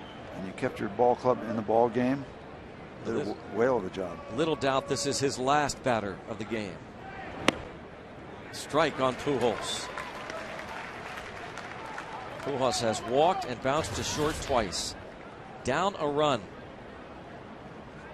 Charlie Morton facing Albert Pujols. Good. A little up, in, but in the strike zone. That's a good starting point. 0-2.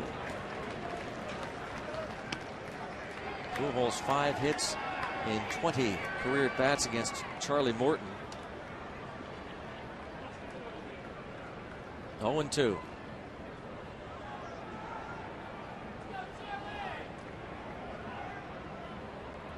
See if Morton can get Pujols the game's best hitter. Tapper foul. Almost got him. Good breaking ball. Good looking breaking ball. A good 0-2 pitch out of the strike zone. Morton's had good movement today. 6 strikeouts. He's allowed 6 hits.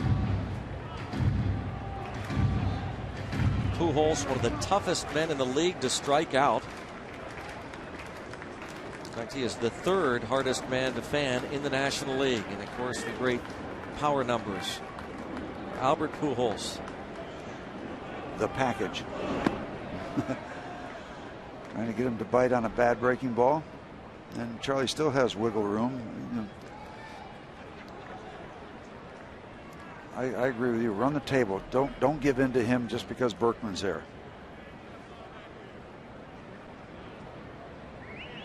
Morton making his first start since the 4th of this month in Chicago. Drive to right center. McCutchen over. And there.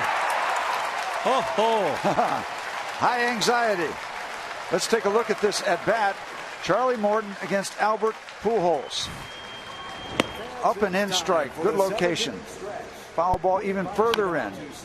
And now the breaking ball away. Nicely done. Now a high fastball up out of the zone. Albert gets to it but didn't get quite enough of it. Andrew chases it down. Nice work by Charlie Morton overall.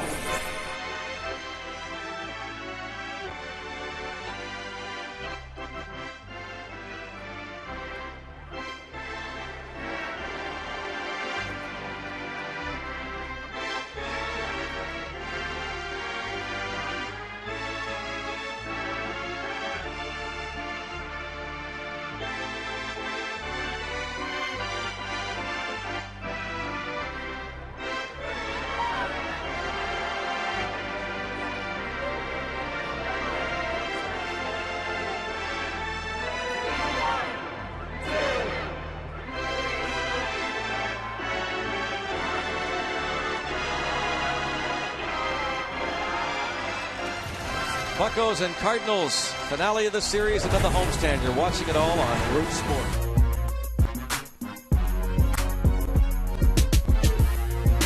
AGH Cam providing you with some great shots on this Wednesday afternoon in Pittsburgh. And here's the game summary. 3-2 ball game. St. Louis in front. Derek Lee is 3 for 3, a double and an RBI. Alex Presley has a couple of doubles and a ribby. Yadier Molina had a big 2-run double in the 4th inning off the Clemente wall. It was tied at 1 going into the 4th before that double. Derek Lee's 2 base hits scored Presley in the 6th. And now it's Pedro Alvarez to start things against Edwin Jackson. 13 hits in the ball game, 9 extra base hits. Alvarez cannot hold his swing on the pitch.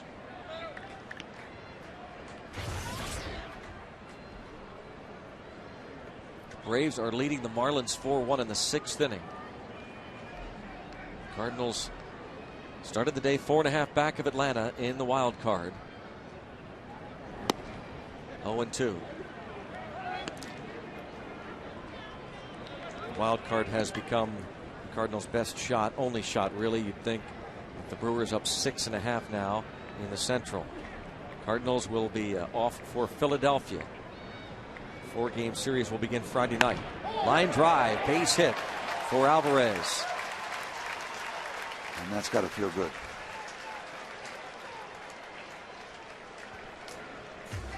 Alvarez leads off the 7th with a base hit. And now we'll have a pinch runner. It's Chase Darno. Well, we had a promotion for Moneyball. You going to go see Moneyball? You going to see that movie?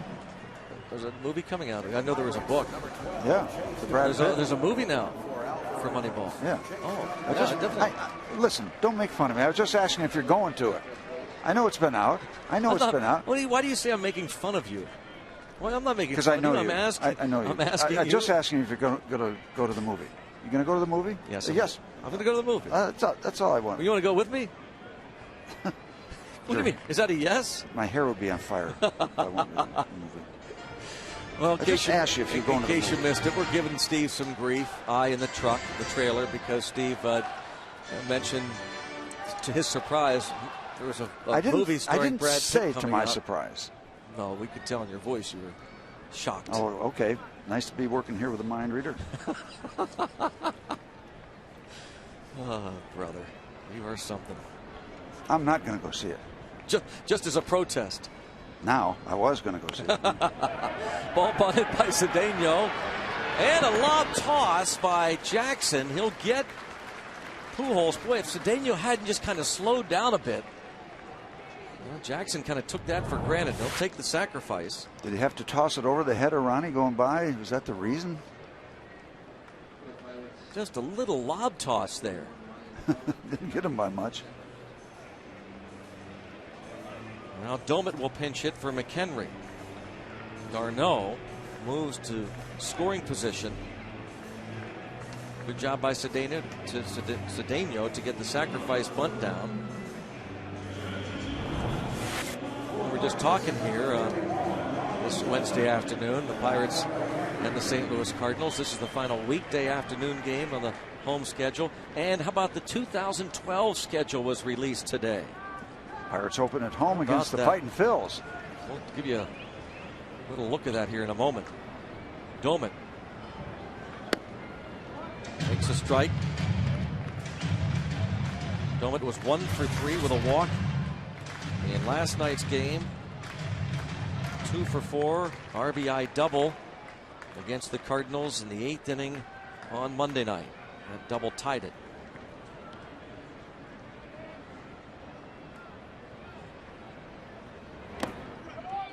Picked by Molina. Domet bats for McHenry.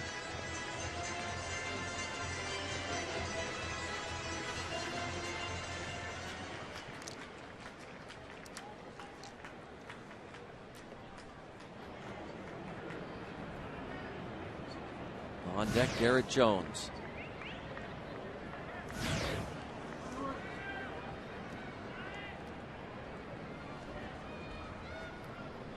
Oh, Darno wanted to go. He has no fear. Talked to him yesterday about going to winter ball, and about the fact that he's 9 for 9 in stolen bases, and he just believes, and it doesn't take him long to pick up a pitcher's move. He also knows when it's time to completely shut it down. He can tell almost right away. He's got no chance against certain pitchers, but he was looking to go there. 2-2. Chase Darno. Who knows? Will he be the starting shortstop in 2012? Certainly a candidate. Yeah. Didn't get much better than 100%. Mm-hmm.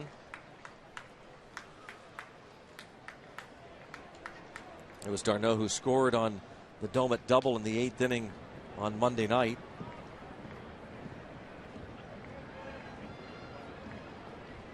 And there he goes. Swing and a miss. Now, it would have been great to have him at third with 1 out. A stolen base. He's there now with 2 down. Nissan presents the road ahead for the Pittsburgh Pirates in 2012. Opening weekend will be against the Phillies. On Thursday, April the 5th. There will be an off day on the 6th, and then home again Saturday and Sunday. Then hit the road. West Coast swing early. Interleague play begins against the Royals in June. Also be at Baltimore, at Cleveland. The Twins and Tigers will once again visit PNC Park. July the 4th, the Astros will be here. A 6-game homestand will end the 2012 season. End of September, Cincinnati, and then the Atlanta Braves, the last 3 home games of 2012. Chase Darno at third, and Tony La Russa will go to the bullpen.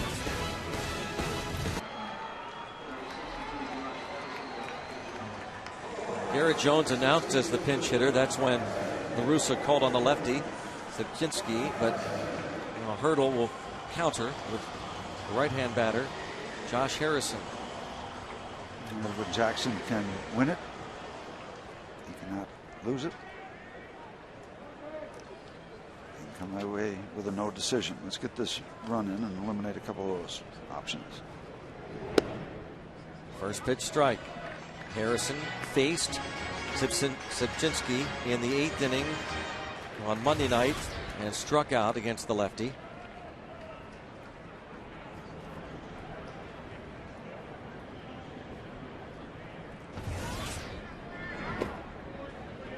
One ball, 1 strike count on Josh Harrison.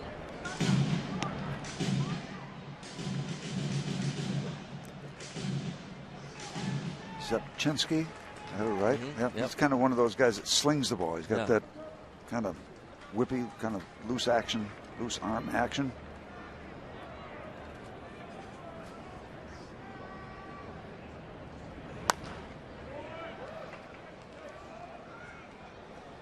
One and 2 on the rookie.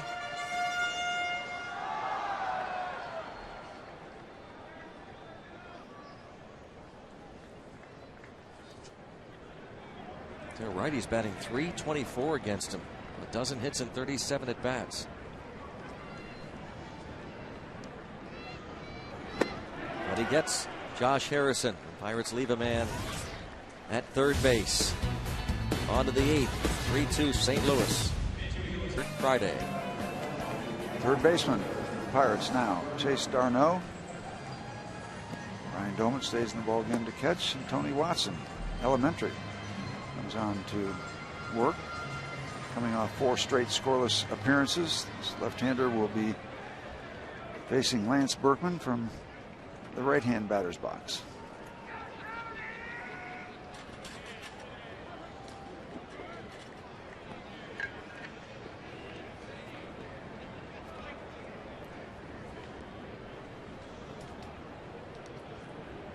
Berkman 1 for 2 against Charlie Morton.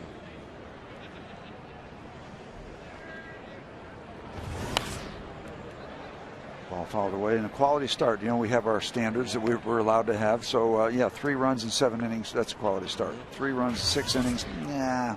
4.5 ERA, not a quality start, but 7 innings, yep. You live with that. Yep. All the time. 3 runs, 6 hits, 3 walks, 6 strikeouts. Chuck.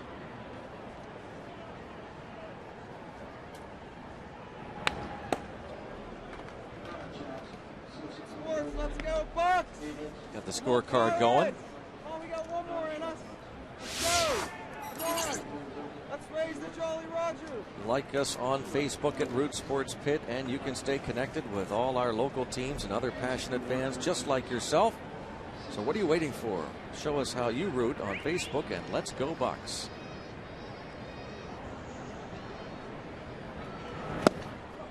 Nice. Berkman down on strikes, one away.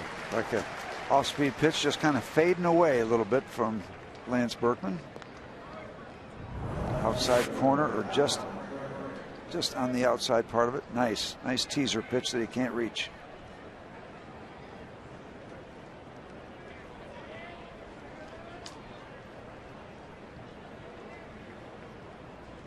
Now Watson faces Alan Craig, who has doubled, has been hit by a pitch and struck out.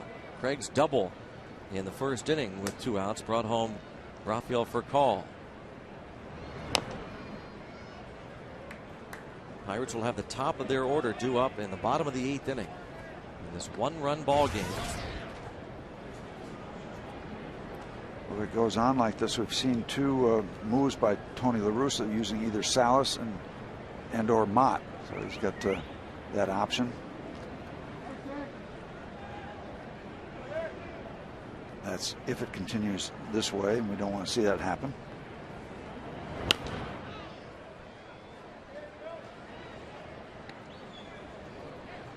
These St. Louis Cardinals, we said, will be going on to Philadelphia, an off day tomorrow, but then 4-game series starts Friday night. Then they're home for 3 against the Mets, 3 against the Cubs. They finish up in Houston. The Braves are concluding their series against the Marlins today in Atlanta before hosting the Mets over the weekend. Yes. Liked it. Kind of a delayed call by Joe West, but was hoping we'd get it. We did.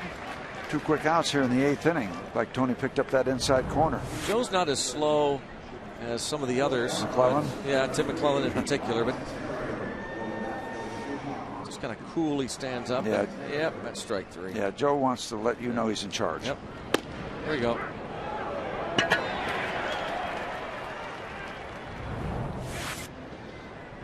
Country Joe West. Ryan Theriot bats for Schumacher. How about Mr. Tony Watson coming right in and striking out the first 2 batters he sees? Toward right center field, and Ludwig! Ryan Ludwig comes in and robs the pinch hitter Theriot of a hit. A nice play. And that ball is really trying hard to get down on the grass, sinking fast. But Ryan's on the job.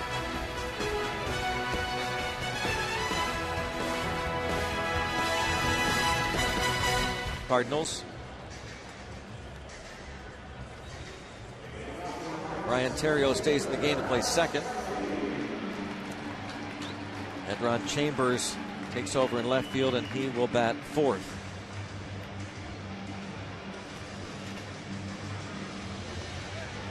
Berkman out of the game, and defense is in there for Tony La Russa. Good afternoon for Alex Presley. A couple doubles. He scored a run and knocked one in. Been involved.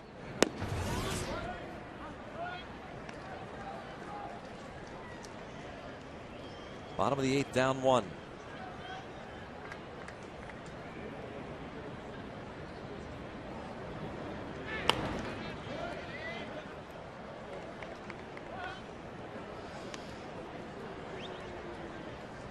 Alex Presley, unless things change, figures to start 2012 as the starting left fielder.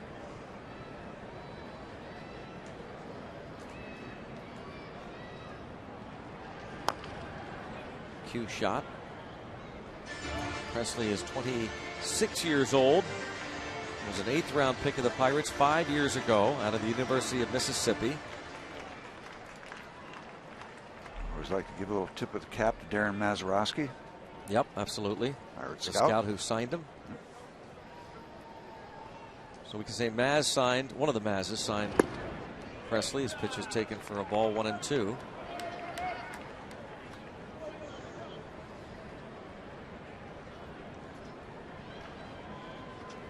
He has auditioned well. He has not done anything to diminish his stock. Alex Presley. Strike 3 call.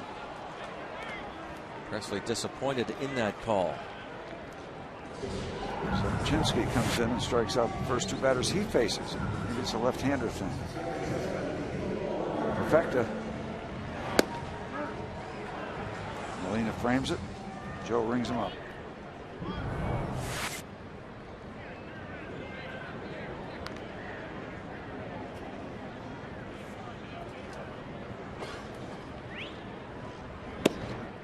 Walker 0 for 3. He was 1 for 5 last night. He went 3 for 4 the opening game of the series with an RBI.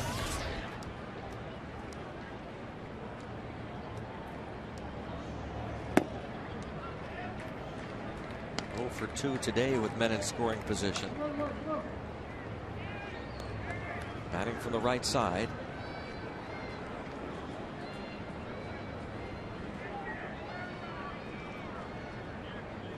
Walker with 80 runs batted in. 2-1. Currently riding a career best 43-game errorless streak as well at second base. Had a 42-gamer earlier this season. Behind only Orlando Hudson in terms of fielding percentage among National League second basemen.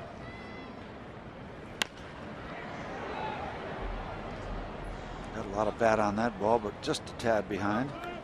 We're talking about Maz's son, Darren. Bill Mazeroski set the bar at second base.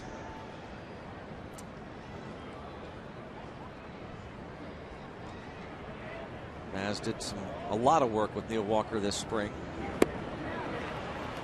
And boy, 3 up, 3 down via the strikeout. 2 outs, it brings up Andrew McCutchen. Don't miss Fan Jam 2011 featuring Steve Miller Band live in concert after the Pirates Reds 7:05 game on Saturday night, September 24th. They will be performing all their biggest hits, including, of course, The Joker, Take the Money and Run, and many, many more. For tickets to Fan Jam, go to pirates.com. Steve Miller Band, Saturday, September 24th against the Reds. Final 3 games of the year.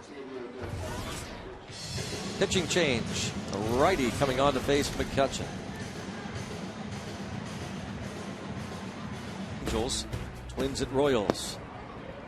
Strike on McCutchen. A couple of more ball games on the American League schedule tonight. The Rangers entertain the Indians. Rays at Baltimore, and the Mariners host the Yankees. Hotel struck out McCutchen the opening game of the series. McCutchen is 0 for 3 in this ball game. 1 for 4 yesterday, a home run.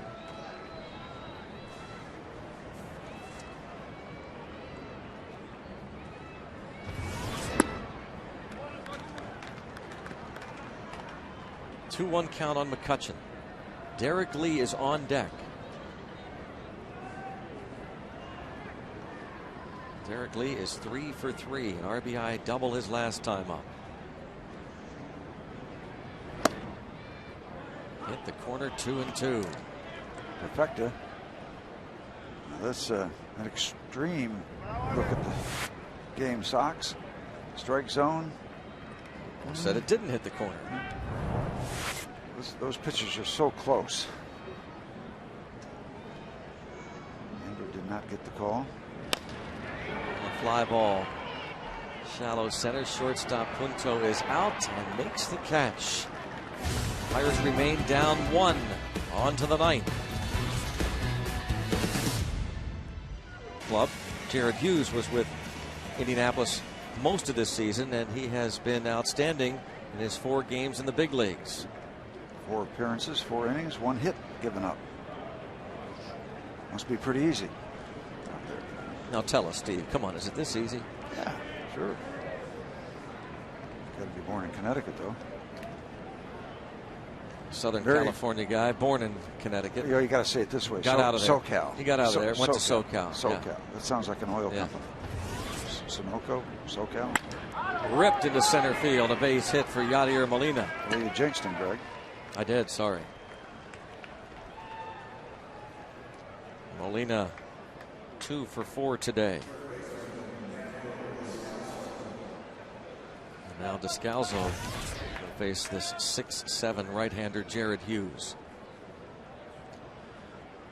The Cardinals look for a little insurance. Check with Jose Akendo, third base coach.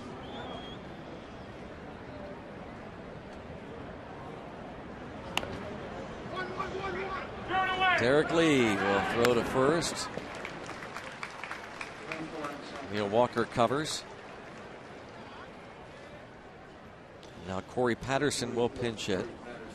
Perfectly done on the sacrifice bunt.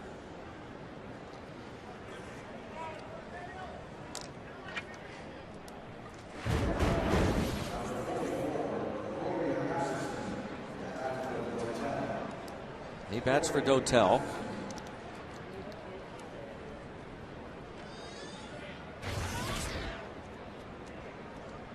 Salas or Mott?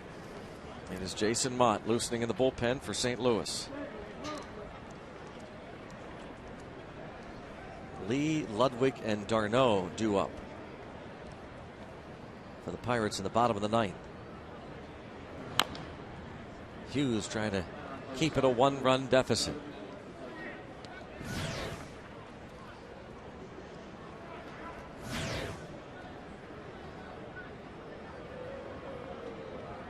Jared Hughes started this season at Double-A Altoona. Appeared in 13 games, started 11 of them. Promoted to Triple-A and worked out of the bullpen. Dribbler, Domit. 2 outs. Molina to third. This ball winds up kind of in no man's land, and Ryan Doman has to go get it. He's got the best angle because he's coming toward where he's going to be throwing to. And you want the catcher to take that play every time. Especially when you try to untangle a 6'7" guy and get him down there and get the ball, untangle and get to first base.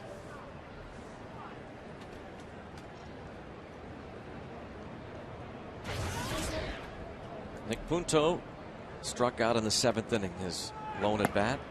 Takes strike 1. Let's see if Jared Hughes can keep the zeros going.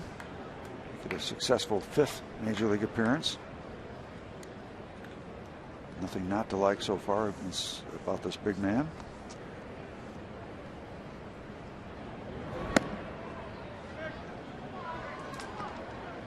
You guys are going out to SoCal, aren't you? Sure are. Heading out there today.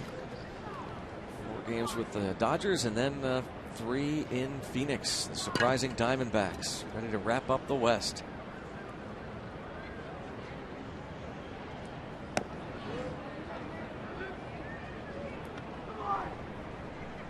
And then the last 3 home games of this year. Cincinnati, Friday, Saturday, Sunday.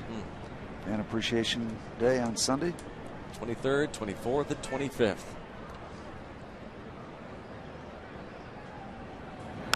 $12,520. We announced paid attendance today. So 3 games left in this gorgeous ballpark for you. Get your baseball fix. Go to Pirates.com for tickets. Before we settle in for the long winter.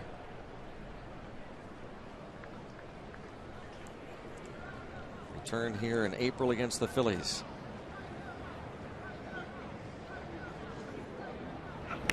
Still 2-2.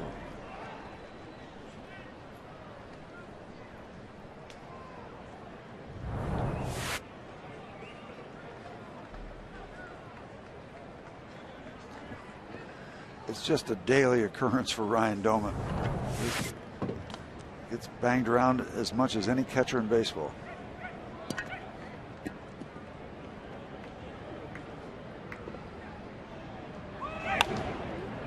Popped up. And out of play. Did you get a chance to catch Scott Bonnet announcing the lineups? I did not. Oh, he did a great job. He had a little nickname or a little idea for each one of the Pirates. Ryan, tougher than the Marlboro Man, Doman. Derek walks softly and carry a big stick, Lee. I mean, he had something for that's everybody. great. He had a lot of fun doing it. He said it was tight time-wise, but he said, "You got it done." Got her done. Nice job, Bones.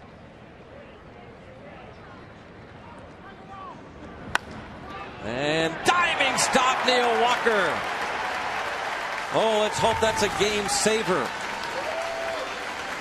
Great reaction play.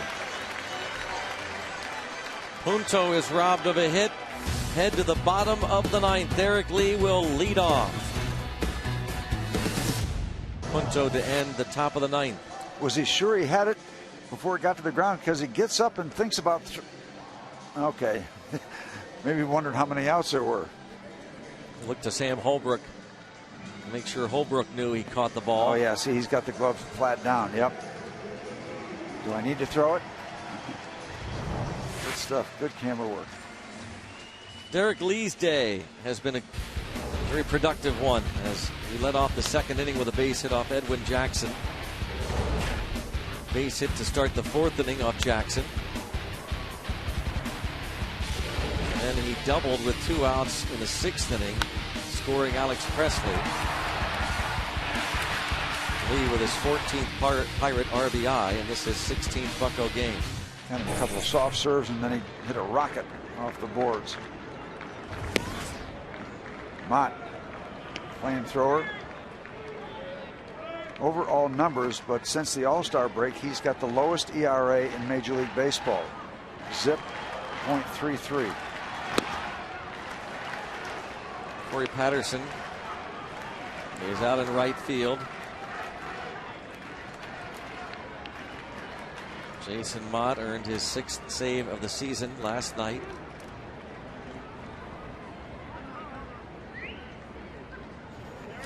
Oh, he needs 2 runs.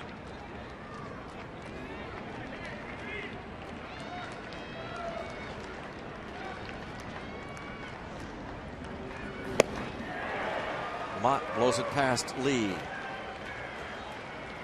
At 95 miles per hour. High fastball. Tough to get upstairs, keep the bat level, keep everything together when you're chasing high heat.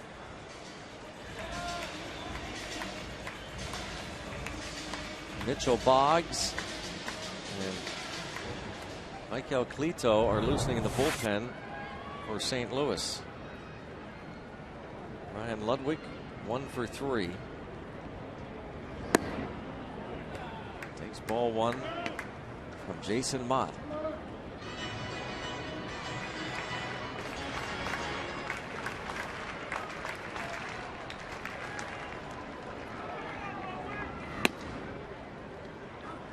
One and one. Pretty good arm for a converted catcher out there in the mound. The Russos talked about Mott, how he's learned to pitch, no longer just a hard thrower. It's still nice to have that 95 mile an hour in your back pocket.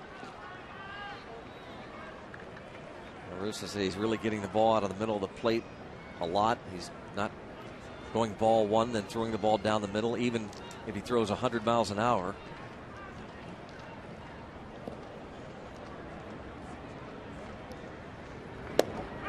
Takes care of Ludwig.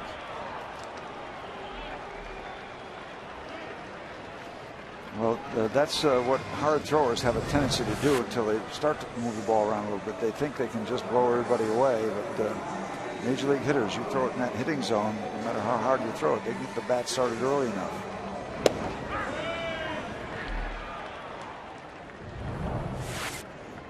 Tenth Pirate to strike out. Jason Jaramillo bats for Chase Darno.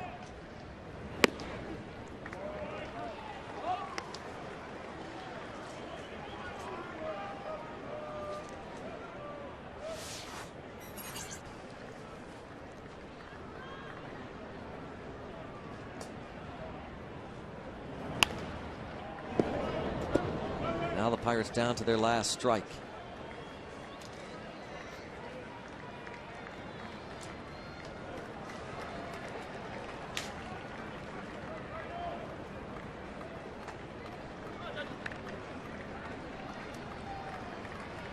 To St. Louis.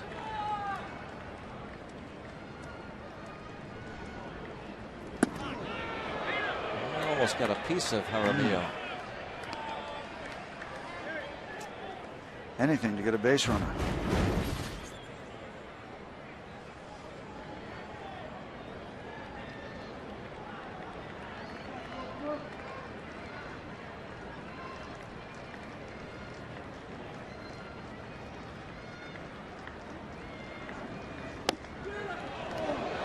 Smith 2-2. Molina trying to buy that one. Just off the outside corner.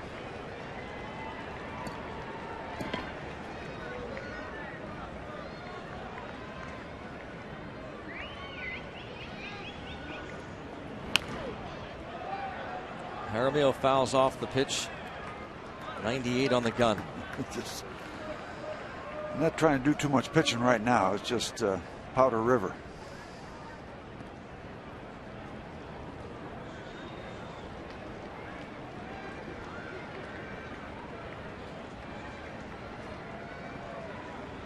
Two and two.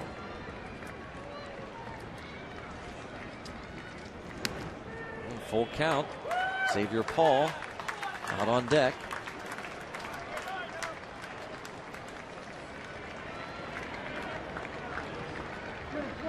Garrett Jones was announced as a pinch hitter in the 7th inning, but when they brought on the lefty, Pirates countered with Josh Harrison, so Jones not available. This should do it. And it will. The Cardinals take 2 of 3, ending the season series as Edwin Jackson went 6 2/3, gave up a couple of runs. The bullpen shut down the Pirates the rest of the way. A whole lot of pitching. A whole lot of pitching. When they needed to get outs, they got the outs, and they take the series and they move on to Philadelphia, where they're going to have a challenge, obviously, with the Phillies being that good. And the Pirates move on to Los Angeles. Steve, we'll see you on Friday the 23rd when the Reds come to town. The Pirates hit the road for 4 in LA and then on to Phoenix.